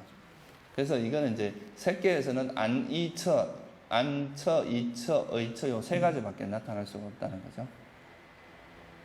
그래서 이 구조를 나눠보면 이렇게, 이건 앞에서 공부했죠. 그죠? 12차하고 18개가 요 의처를 7가지로 나누면은 그게 18개가 된다고 그랬죠. 그죠? 이거는 앞에서 공부한 거니까 나중에 다시 한번 확인해 보세요. 그래서 지금 보면 우리가 이제 물질과, 아까 이제 식이 생기고 그 식 때문에 그 마음 부수하고 이게 생기면서 이제 물질과 정신이 매 심찰나 계속 이어질 거 있잖아요. 그죠? 그러면서 이 마음과 마음 부수가 이렇게 요 마음과 마음 부수는 정신에 해당하고, 요때 일어나는 뭐 이제 업에서 생긴 토대 물질이나 뭐 마음에서 생긴 물질 이런 것들은 물질에 해당하는데, 요것들에 의해서 육처가 일어난다. 이 과정을 설명하는 거죠. 요걸 좀 더 자세히 설명을 하면, 이제 정신 때문에 육처가 있다 이렇게 말할 수도 있어요. 그러니까 아까 말했듯이 이제 명색 때문에 육처가 있다고 하는데, 그 명색 중에서 이 두 가지가 동시에 작용할 때도 있지만 하나하나가 따로따로 작용할 때도 있다 이 말이에요. 그러면 이제 이 정신 때문에 육처가 있다 이렇게 볼 수도 있고, 물질 때문에 육처가 있다 볼 수도 있고, 정신 물질이 동시에 작용해서 육처가 있다, 이 세 가지 경우가 있겠죠. 그죠? 경우의 수가. 그렇죠? 그러면 여기서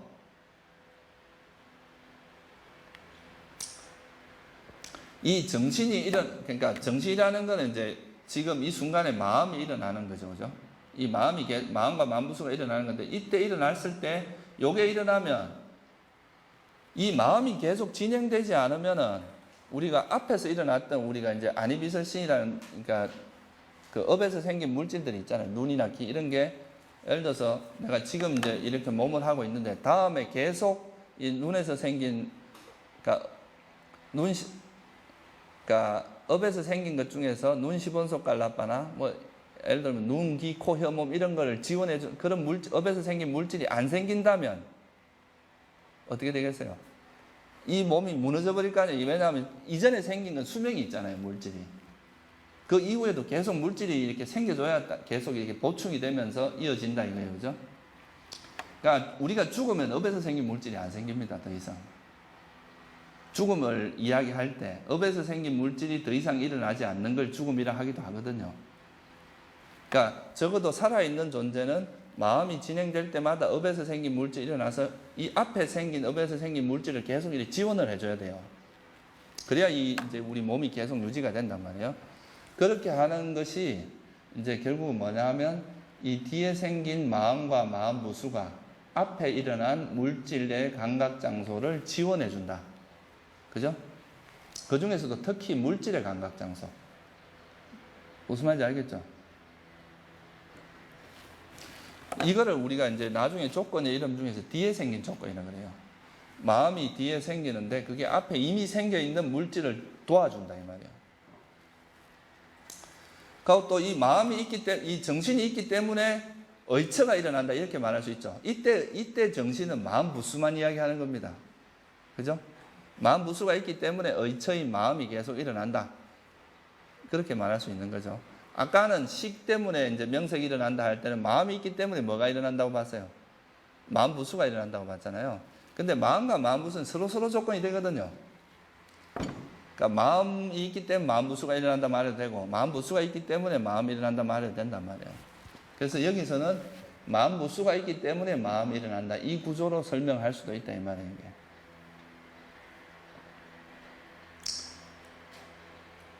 그 다음에 이제 물질 때문에 육체가 있다 이런 말할 수도 있는데, 우리가 지금 이제 이 명색, 이 물질과 정신이 있기 때 매 순간에 뭐가 일어나냐면, 항상 일어날 때 뭐가 일어나요? 업에서 생긴 물질 중에 대표적인 게 뭐냐 하면, 눈 10원소 깔라빠, 귀 10원소 깔라빠 이런 거잖아요. 그러면 어떤 물질이 일어날 때는 그건 항상 그 눈 10원소 깔라빠는 10개의 요소로 이루어져 있다 그랬죠. 지수, 화풍, 색향미, 영양소, 그 다음에 생명기능하고 눈, 그렇게 있는데, 그러면 항상 앞에서 뭐라 그러냐면 4대가 근본 물질이고 안, 이, 미설, 신 이런 건 파생된 물질이라 그랬죠. 그죠? 그러면 이 4대가 있기 때문에 눈이 있다 이렇게 말할 수 있어요, 없어요? 4대 요소가 있기 때문에 우리가 눈이 생긴다 이렇게 말할 수 있잖아요. 그게 바로 이 구조란 말이에요. 물질 이 4대가 있기 때문에 육처 중에 안처가 있다, 이처가 있다, 비처가 있다, 설처가 있다, 신처가 있다 이렇게 말할 수가 있는 거죠. 그죠? 그래서 여기서는 물질 때문에 물질이 있다고 말할 수도 있고, 또 이 물질이 있기 때문에 뭐가 일어나요? 마음이 일어날 수 있잖아요. 우리 눈이 있어야 안식이 일어나죠. 귀가 있어야 이식이 일어나잖아요.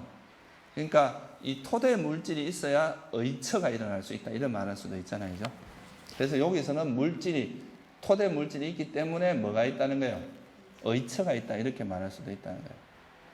그러니까 이게 정신 물질 때문에 육처가 있다 말할 때 굉장히 다양한 가지수가 있다 이 말이에요. 이거를 설명하는 게. 근데 조금 더 이제 쉽게 설명을 하면은 뭐냐 하면, 그러니까 이제 우리 마음이 계속 이렇게 진행이 되면서 계속 뭐냐 하면 우리가 사람으로 친다면 처음에 재생연결식이 일어나는 게 식이 일어나는 거고, 그죠? 그 다음에 식이 있으면 반드시 명색이 일어난단 말이에요. 그죠? 그럼 이 명색이 진행되는 따라서 뭐가 생기냐 하면, 우리 눈도 갖추어지고 귀도 갖추어지고 하는 육처, 그러니까 그 다음에 마음도 좀 더 이제 어릴 때 마음하고 커서 마음이 좀 더 성숙되잖아요. 그죠? 마음의 그 기능도 점점 강해지거든요. 그게 이제 지금 정신에서 육처가 일어나는 그 과정을 설명하는 거예요. 그러니까 여기서도 정신과 물질이 일어날 때 보면 이게 매 순간순간 마음이 일어나는 건 항상 뭐가 있어야 됩니까? 토대의 물질이 있어야 되죠. 그 토대가 있어야 마음과 마음 부수가 일어나잖아요. 그죠? 그럼 이 토대 물질하고 마음과 마음 부수가 있는데, 이 마음을 의처로 보고 토대 물질은 물질, 그 다음에 이 마음 부수는 정신, 이렇게 보면 물질과 정신이 일어나기 때문에 의처가 있다 이런 말할 수 있죠. 그죠? 그게 바로 이 구조예요. 무슨 뜻인지 이해되시죠?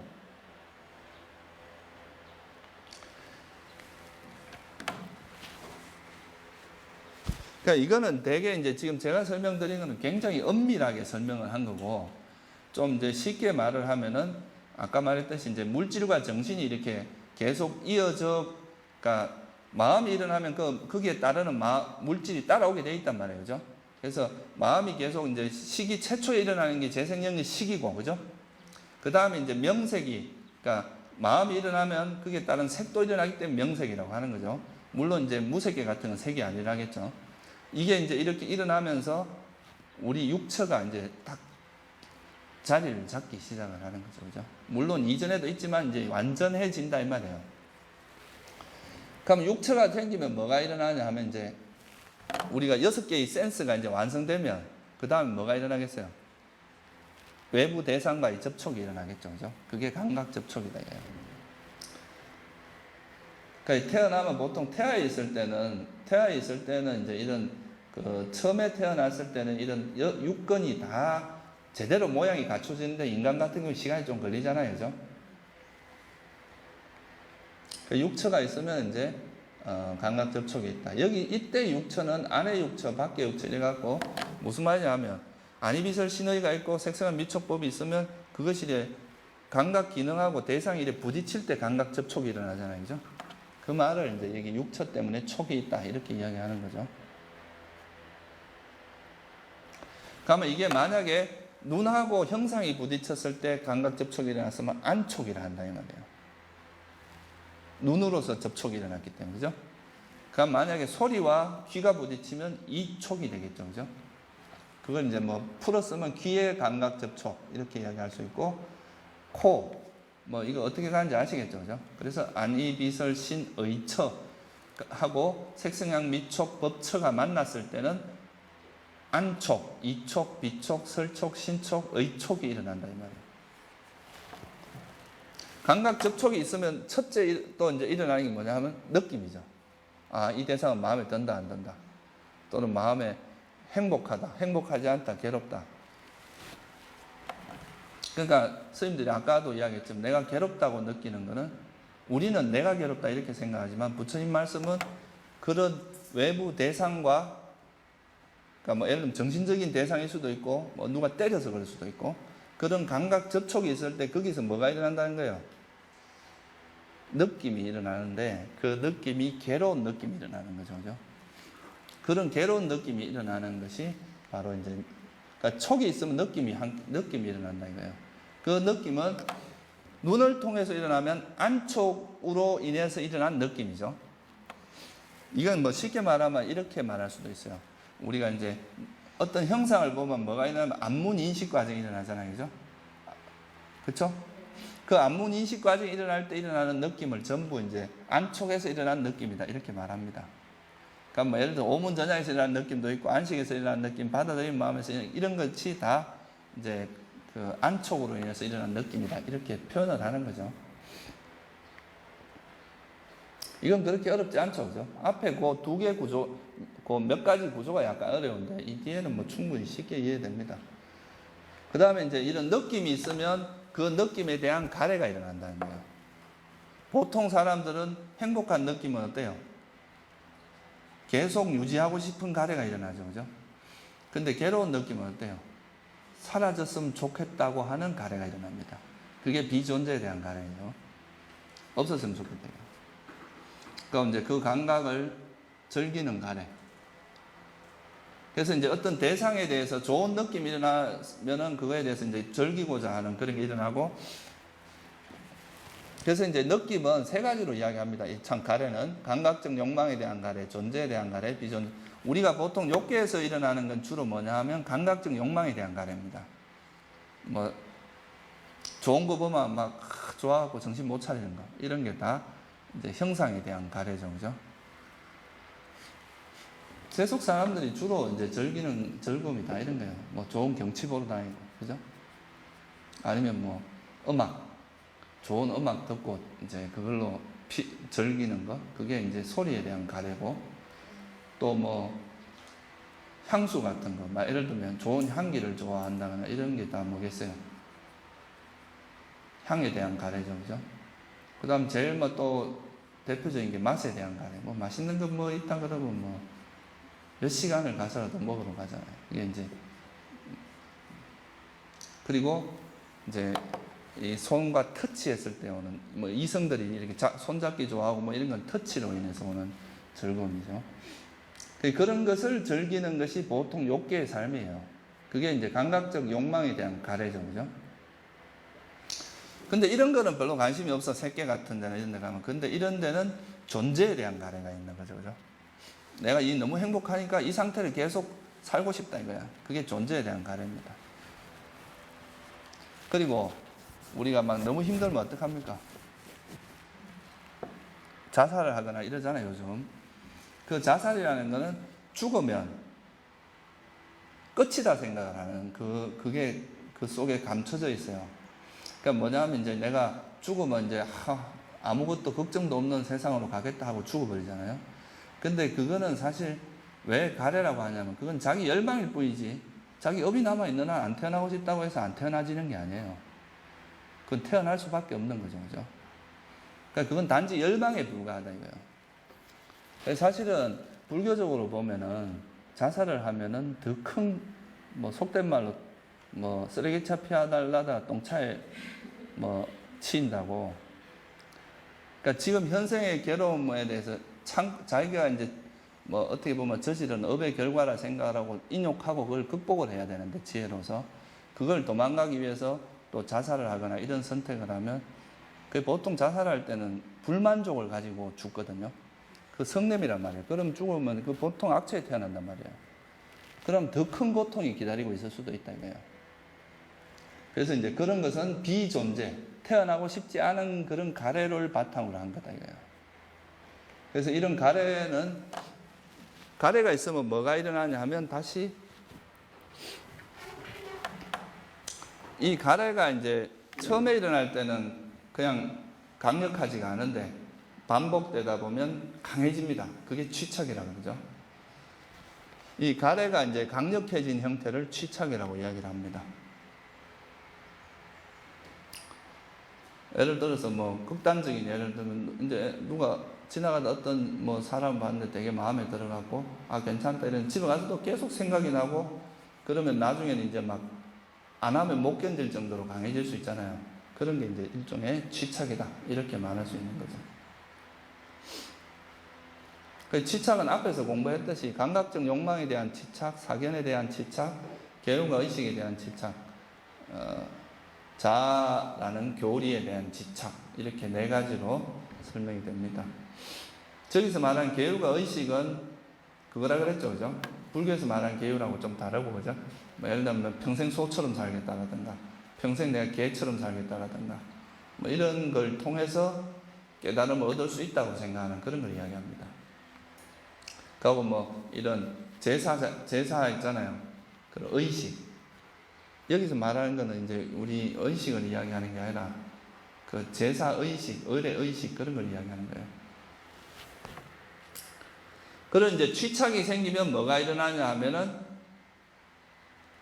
업이 일어난다 이거죠. 업. 그게 존재입니다. 존재.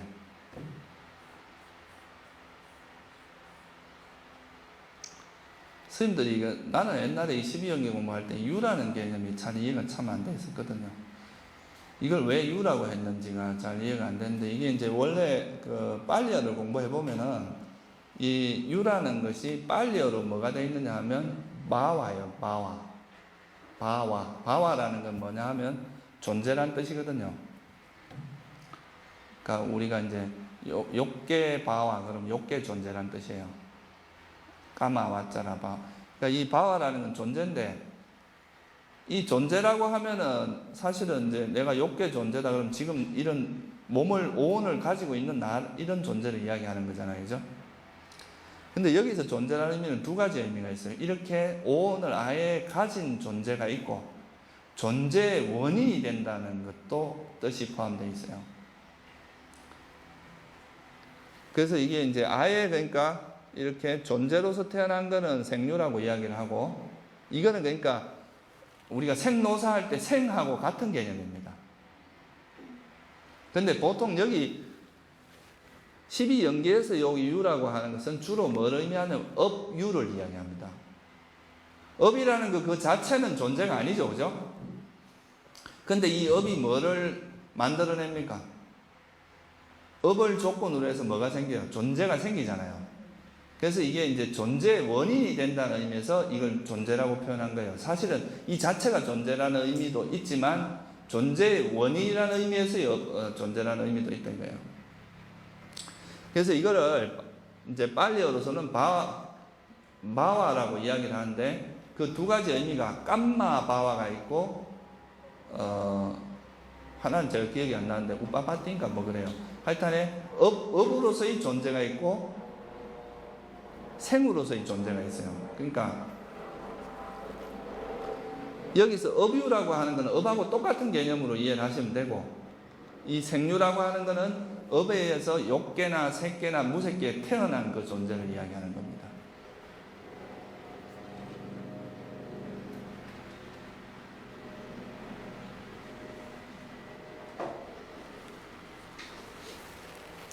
그러니까 쉽게 말해서 그냥 여기서는 여기 12연계 구조에서는 그냥 업이라고 생각을 해도 무방합니다. 이유라는 의미는 업유로 이해를 하시면 그냥 무난합니다. 그러면 이 업이 있으면 뭐가 있어요? 이 업이 있으면 또 뭐가 일어나겠어요? 태어남이 나타나겠죠, 그죠? 그게 바로 생이란 말이에요. 업이 있기 때문에 태어남이 있다. 이게 생류죠.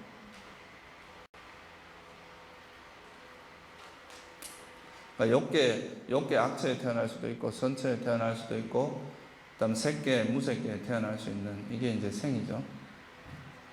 그럼 태어나면 뭐 이제 생모병사, 슬픔, 비탄, 탄식, 고통 뭐 이런 게 이제 일어나서 현재 우리 삶이 이루어진다.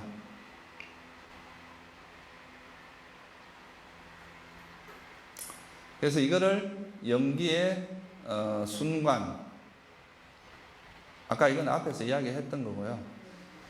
그러면 한번 이걸 정리를 해보면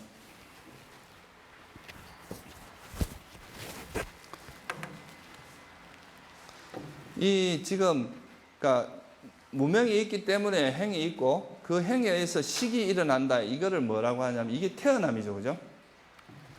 여기서 말한 식이 재생연결식으로 이제 최초에 태어나는 것부터 그 다음에 일어나는 그 다음에 이제 또 마음이 진행되는 것까지 이야기한단 말이에요, 그죠? 그러니까 과거에 내가 이제 어떤 무명이 아직 사라지지 않아서 업을 지었어요. 그 업에서 태어났어요. 그러면 이 태어나면서 이제 마음과 물질이 이제 정신과 물질이 이어지고 그러면서 육체가 갖춰지고 감각 접촉과 느낌을 느끼는 이거는 이제 요까지를 우리가 현재 결과라고 봅니다.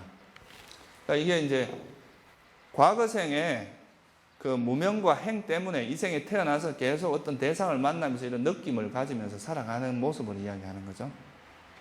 좋은 느낌을 받기도 하고 괴로운 느낌을 받기도 하는데 근데 이까지는 좋다 이거예요.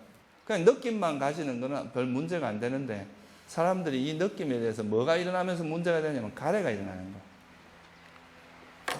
예를 들어 스님들이 어떤 대상을 만나도 그냥 뭐 좋으면 좋은 대로 나쁘면 나쁜 대로 이렇게만 하고 그걸로서 그냥 그까지만 알고 여기에 대해서 더 이상 이제 그냥 있는 그대로 그렇게만 받아들이면 아무 문제가 아닌데 사람들이 우리는 어때요? 좋은 거는 질라 그러고 막 이런 마음들이 생기면서 이제 또 새로운 문제가 생기는 거죠.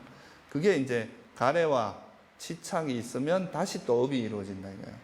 이게 또 현재 우리가 짓는 원인이라는 거죠. 그럼 또 이게 원인이 돼서 미래에 또 우리가 태어나게 만든다 이거예요. 그래서 또 생이 있고 노사가 있어요. 그래서 여기서 보면 이 무명과 행은 과거로 볼 수가 있고 요 식에서부터 명생, 육처, 촉수 요까지는 과거의 이런 무명과 행 때문에 일어난 현재 결과로 볼 수 있고, 그죠? 그 다음 또 여기서 또 현재 윤회가 일어날 수 있는 원인이 여기서 일어나는 거죠, 그죠? 가래와 치착과 그걸로 인해 가래 치착 때문에 업이 일어나는 거고, 그로 인해서 이 현재 원인에 의해서 또 미래에 이런 생노사라고 하는 과보가 일어난다 이거예요. 그러니까 이거는 지금 뭐냐 하면 과거부터 현재, 미래 이래 3세에 걸쳐 있죠, 그죠? 그렇죠. 그리고 현재에서는 보면, 현재에서는 여기 결과, 현재 원인 두 개가 중첩되어 있죠, 그죠? 그래서 이거를 좀 전문용어로 3세 양중인가라 그럽니다. 근데 이거는 꼭 과거, 미래, 현재만 해당되는 게 아니고, 만약에 이거를 두 번째 전생으로 보면 이게 첫 번째 전생이고, 요게 또 전생이고 이렇게 되겠죠, 그죠? 그러니까 세 가지 생애, 그러니까 뭐 네 번째 전생, 세 번째 전생, 두 번째 전생 이렇게 적용될 수도 있고, 아니면 뭐 무명과 행을 현재로 보고 이거를 미래의 결과로 보고 이거를 또 두 번째 생애의 결과로 볼 수도 있다 이 말이에요.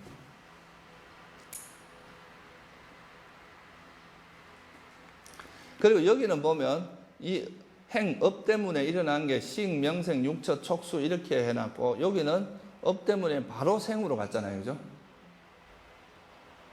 이것도 이제 이유가 있다고 이야기를 합니다. 왜? 이 부분은 주로 이제 태생이나 난생을 염두에 두고 한 구조예요. 근데 이건 뭐겠어요? 유에서 바로 생으로 가는 거. 업이 있으면 바로 태어나는 거. 이거는 화생을 염두에 두고 한 이야기다 이거예요. 화생 같은 경우는 이런 뭐 몸이 만들어지는 그런 과정을 안 거치죠, 그죠? 바로 그냥 몸이 형성이 되니까.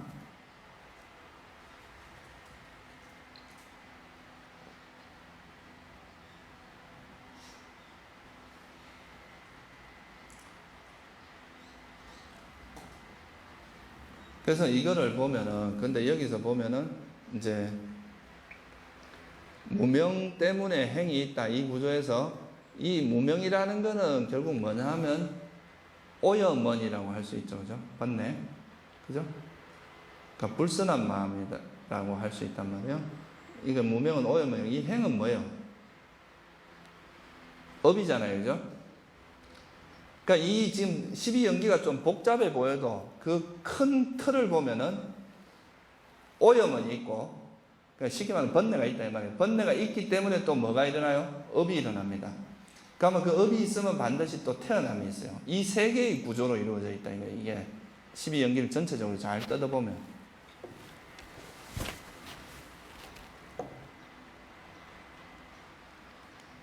그래서 여기 보면 요 무명과 아까 말했듯이 무명과 행은 과거고, 그죠? 이 식에서부터 식, 명생, 육처, 촉수, 애치, 유까지는 현재 결과와 현재 원인이었죠, 그죠? 요거는 이제 미래였고, 그래서 이걸 3세라고 이야기를 하죠, 그죠? 요거는 지금 뭘 의미하냐 하면요, 여기서 우리가 이제 과거의 원인에서 보면은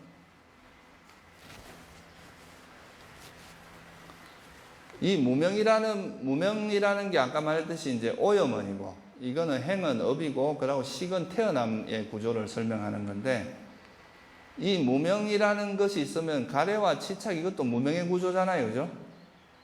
그렇죠? 무명이 아니라 참 오염원의 구조죠. 그죠? 그러니까 무명이라고 이야기했지만 그 무명만 갖고 있다기보다 무명이 있으면 그거에 대한 이제 무명이 있기 때문에 가래와 치착이 있는 거잖아요. 그죠? 그래서 요거를 사실은 가래와 치착이 있을 때 이 밑에 무명도 있죠, 뿌리에. 그죠? 그래서 이 무명과 가래와 치착, 요 분홍색, 무슨 생명이고 이게? 하여튼 이 세 가지, 요거는 하나의 오염원으로 묶을 수가 있다 이거예요. 세 가지를. 그죠? 그 다음에 이 행과 유는 또 같은 유잖아요. 행이나 유나 둘 다 업을 표현하는 거잖아요. 그죠? 그래서 요거는 또 뭐냐 하면 행과 유가 여기서 행이라고 하지만 여기 유라고 표현해도 되고 무명이 있으면 가래와 치착이라고 해도 된다 이 말이에요. 그래서 무명이라고 말하고 있지만 거기 가래와 치착이 포함되어 있었다고 말할 수 있고 행이라고 말하지만 유라고 말을 해도 무방하잖아요. 그죠? 그래서 이거를 이제 요렇게 과거의 원인이 무명과 행이라고 하지만 가래, 치착, 유도 포함시키면 5가지죠. 그죠? 원인으로서. 그죠? 그 다음에 식명생, 육처, 촉수 이거는 현재 결과 5가지. 그 다음에 가래와 치착과 유인데 여기 가래, 치착, 유 여기에 무명이 포함되고 유 속에 행이란 말이 같으니까 이 2가지를 포함하면 또 이것도 현재 원인도 5가지. 미래는 생노사라고 이야기하는데 생노사가 결국은 뭐하고 같으냐면 식, 명색, 촉수하고 같다 이거예요. 그죠? 그래서 이거를 과거의 5가지 원인, 현재 5가지 결과, 현재 5가지 원인, 미래 5가지 해서 20가지로 이렇게 설명을 하기도 합니다. 뭐 사실 이거는 뭐 꼭 이래 설명을 안 해도 상관없는데 이제 아비담마에 나오기 때문에 설명을 드리는 건데, 그러니까 결국은 여기서 말하고자 하는 건 뭐냐 하면 여기 지금 무명이라고 하지만 여기 가래와 치착이 함께 한다는 이야기고, 그죠? 이 행이라고 하지만 유도 사실은 같은 개념이잖아요. 그렇게 보면 됩니다. 그래서 이거를 세 개를, 지금 12연기 구조를, 이건 좀 너무 어렵잖아요. 그래서 이제 사리불존자가 이걸 간략하게 설한 게 뭐냐 하면, 이 무명과 가래와 치착은 오염원이다 이거예요. 그죠? 그 오염원이 있어야 뭐가 일어나요? 오염원이 있기 때문에 업이 일어나죠. 그죠? 그러니까 행과 유가 일어난단 말이에요. 그 행과 유가 있으면 반드시 또 뭐가 있냐면 태어남이라고 하는 과보가 일어난다 이거예요. 그래서 이 12연계의 구조를 이렇게 세 가지로 간략하게 요약을 했습니다.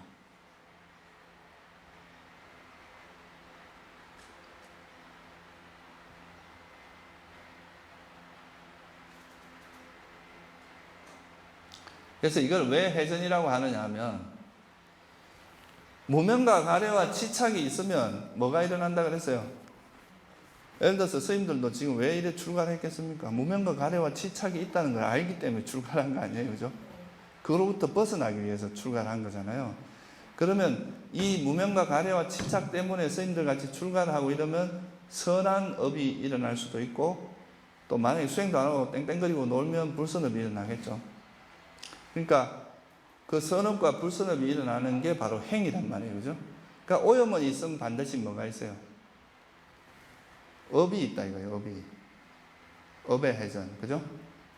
이 업의 해전이 있어요. 업의 해전이 있으면, 업이 있으면은 반드시 우리가 죽으면 뭐가, 이 생에 그러니까 이제 오염원이 남아있는 한은 업이 짓게 되고, 그 업이 있으면 반드시 뭐가 있어요? 태어남이 있다 이거예요. 이 과보의 해전이죠. 그죠? 태어났다는 건 아직 뭐가 남았다는 거예요? 오염원이 남았다는 거죠. 그럼 또 업을 짓습니다.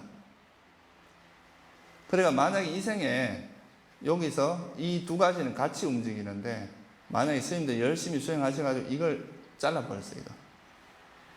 오염원의 회전, 오염원을 완전히 이렇게 소멸했다. 이게 없어지면 뭐가 없어지겠어요? 이게 없어지면 이건 또 없어지겠죠. 그죠? 그래서 이게 이제 이렇게 오염원이 있으면 업이 일어나고, 업이 있으면 태어남이 이렇게 뺑글뺑글 돈다고 해서 해전이라고 표현합니다. 근데 이 중에 이 수레바퀴를, 이 오염원을 깨버리면 더 이상 이제 이 수레바퀴가 굴러갈 수가 없어요. 그래서 이제 그 윤회로부터 벗어나게 되겠죠. 그죠? 그래서 여기서 보면 우리가 12연계에서도 지금 무명이 있으면 뭐가 일어나요? 행이 일어나겠죠. 행이 일어나면 식, 명생, 육처, 촉수가 일어납니다. 또 이게 있으면 가래와 치착과 업이 일어나겠죠. 업이우니까. 그 다음에 생노사가 일어나요. 이렇게 되는 것이, 이것이 있으면 저것이 있다라는 구조죠. 그죠? 그리고 이거는 사성제로 이야기하면 무슨 구조예요? 그러니까 무명과 가래와 치착이 있으니까 뭐가 일어나요? 업과 유가 일어나고, 그것 때문에 태어남이 일어났잖아요. 그죠? 태어남이라는 게 뭐예요? 오온이 형성되는 거죠. 그죠? 그래서 이제 사성제에서 무명과 가래, 그 중에서도 특히 이제 가래, 무명과 가래가 있으니까 뭐가 일어난다 그랬어요? 가래가 있으면 오온이 일어난다. 그게 고성제잖아요. 그죠? 고성제는 오온이고, 집성제가 가래잖아요. 그죠? 무명 가래 중에서 이제 가래를 대표적으로 내놓은 겁니다. 그 다음에 역으로, 무명이 소멸하면, 뭐가 소멸해요? 행이 소멸하죠? 행이 소멸하면 식이 소멸하고 다 소멸하잖아요. 그죠? 그러면 생노사가 없어진단 말이에요. 그죠? 이게 이거는 이제 그러니까 뭐예요? 우리가 팔정도를 실천을 통해 가지고 이제 완전히 그 수다원도, 사다함도, 아나함도가 일어날 때, 아라한도가 일어날 때 이 무명과 가래가 완전히 사라집니다. 그죠? 그러면 그때 더 이상 업을 짓지 않아요. 그러면 나중에 결국 생노사가 없어지겠죠. 그죠? 그러니까 이제 이거는 멸성제와 그러니까 이제 생로사가 없어지면 멸성제가 이루어지는 거 아니겠어요, 그죠? 그게 이제 멸성제와 도성제를 이야기하는 거겠죠, 그죠? 그러니까 12연기의 구조는 사실은 이제 이것이 있으면 저것이 있다라는 구조는 뭐가 되겠어요? 세상이 어떻게 발생하느냐를 설명을 해줍니다. 이 세상을 설명해 주는 거죠. 이것이 사라지면 저것이 사라진다라는 구조는 멸성제와 도성제, 우리 열반을 이야기하는 거죠. 근데 여기서 한 가지 아셔야 될 거는 무명이 사라졌다고 해서 바로 생이 없는 게 아니에요. 그럼 예를 들어서 아라한이 무명이 사라진 순간에 죽는 건 아니잖아요, 그죠? 아라한이 되고 나서도 이제 일정 기간, 내가 수명이 남아있는 기간 동안 이 몸이 그대로 유지가 된단 말이죠. 이때는 업은 짓진 않아요, 더 이상. 그래서 이걸 작용하는 마음이라고 그러죠. 이 기간이 있기 때문에 우리가 법문을 들을 수 있습니다. 만약에 이게 없다면 우리 뭐 아란이 되는 순간 다 무여열반이 들어버리면 법문 들을 기회가 없겠죠, 그죠? 그래서 이때를 우리가 뭐라고 하냐면 유여열반이라고 이야기를 하죠. 아직 5원은 남아있다 이거예요. 근데 이제 이 유여열반에 든 아라한이 부처님처럼 이제 마지막에 이제 반열반이라고 그러죠. 무여열반에 딱 드는 순간, 그때는 어떻게 합니까? 이제 더 이상 오온조차도 사라지잖아요, 그죠? 더 이상 형성도 되지 않고, 그래서 그때를 무여열반이라고 그러죠. 더 이상 남은 게 없는 열반이다. 그래서 무명이 사라졌다 해도 생로사가 더 이상 일어나지 않는 그때까지는 시간적 간격이 좀 있습니다, 그죠? 아라한의 죽음을 이르기 전까지, 그때까지는 간격이 있죠. 그래서 여기서 이거 이제 이렇게 설명을 하면, 그러니까 무명과 가래와 치착이 있으면 업이 있고, 업이 있으면 또 태어남이 있고, 이렇게 윤회가 일어나는데, 무명과 가래와 치착이 소멸되면 업도 소멸되고, 그러면 더 이상 태어남도 없다. 이렇게 이제 설명할 수도 있는 거겠죠, 그죠? 그래서 이제 부처님께서는 열반이라는 것을 표현을 하실 때 여러 가지로 설명을 하셨는데, 그 중에 이제 가장 많이 설명을 하시는 내용이 뭐냐 하면, 열반이라는 것은 탐진치의 완전한 소멸이다.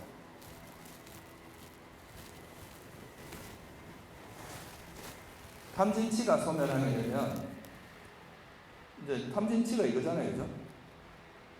이게 소멸하면 이것도 없어지고, 이것도 없어지고, 더 이상 이제 윤회가 일어나지 않으니까 그게 이제 열반의 상태라고 얘기하는 거죠. 지난번에도 설명을 드렸지만, 여기 이제 무명과 가래는 탐욕과 진리잖아요. 아니, 어리석음이잖아요, 그죠? 그럼 왜 성냄은 없느냐? 여기 들어가지 않았느냐? 그 이유를 설명을 했죠. 왜 그렇다고 그랬어요? 아남이라는 존재에게는 윤회가 설명이 안 돼요. 그 진심으로 들어가거든요. 그러니까 성냄이 있기 때문에 업이 일어나고, 업이 있기 때문에 뭐 이렇다, 이렇게 설명을 하기 시작을 하면, 아남이라는 존재는 성냄이 사라진 존재잖아요. 그 아남한테는 해당되지 않는 구조가 생겨버리니까 성냄은 뺀 거죠. 왜냐하면 또 성냄은 감 같은 욕망의 같은 모습이기 때문에, 이제 다른 모습이기 때문에 구태에 안 넣어도 포함된다고 말할 수도 있어요.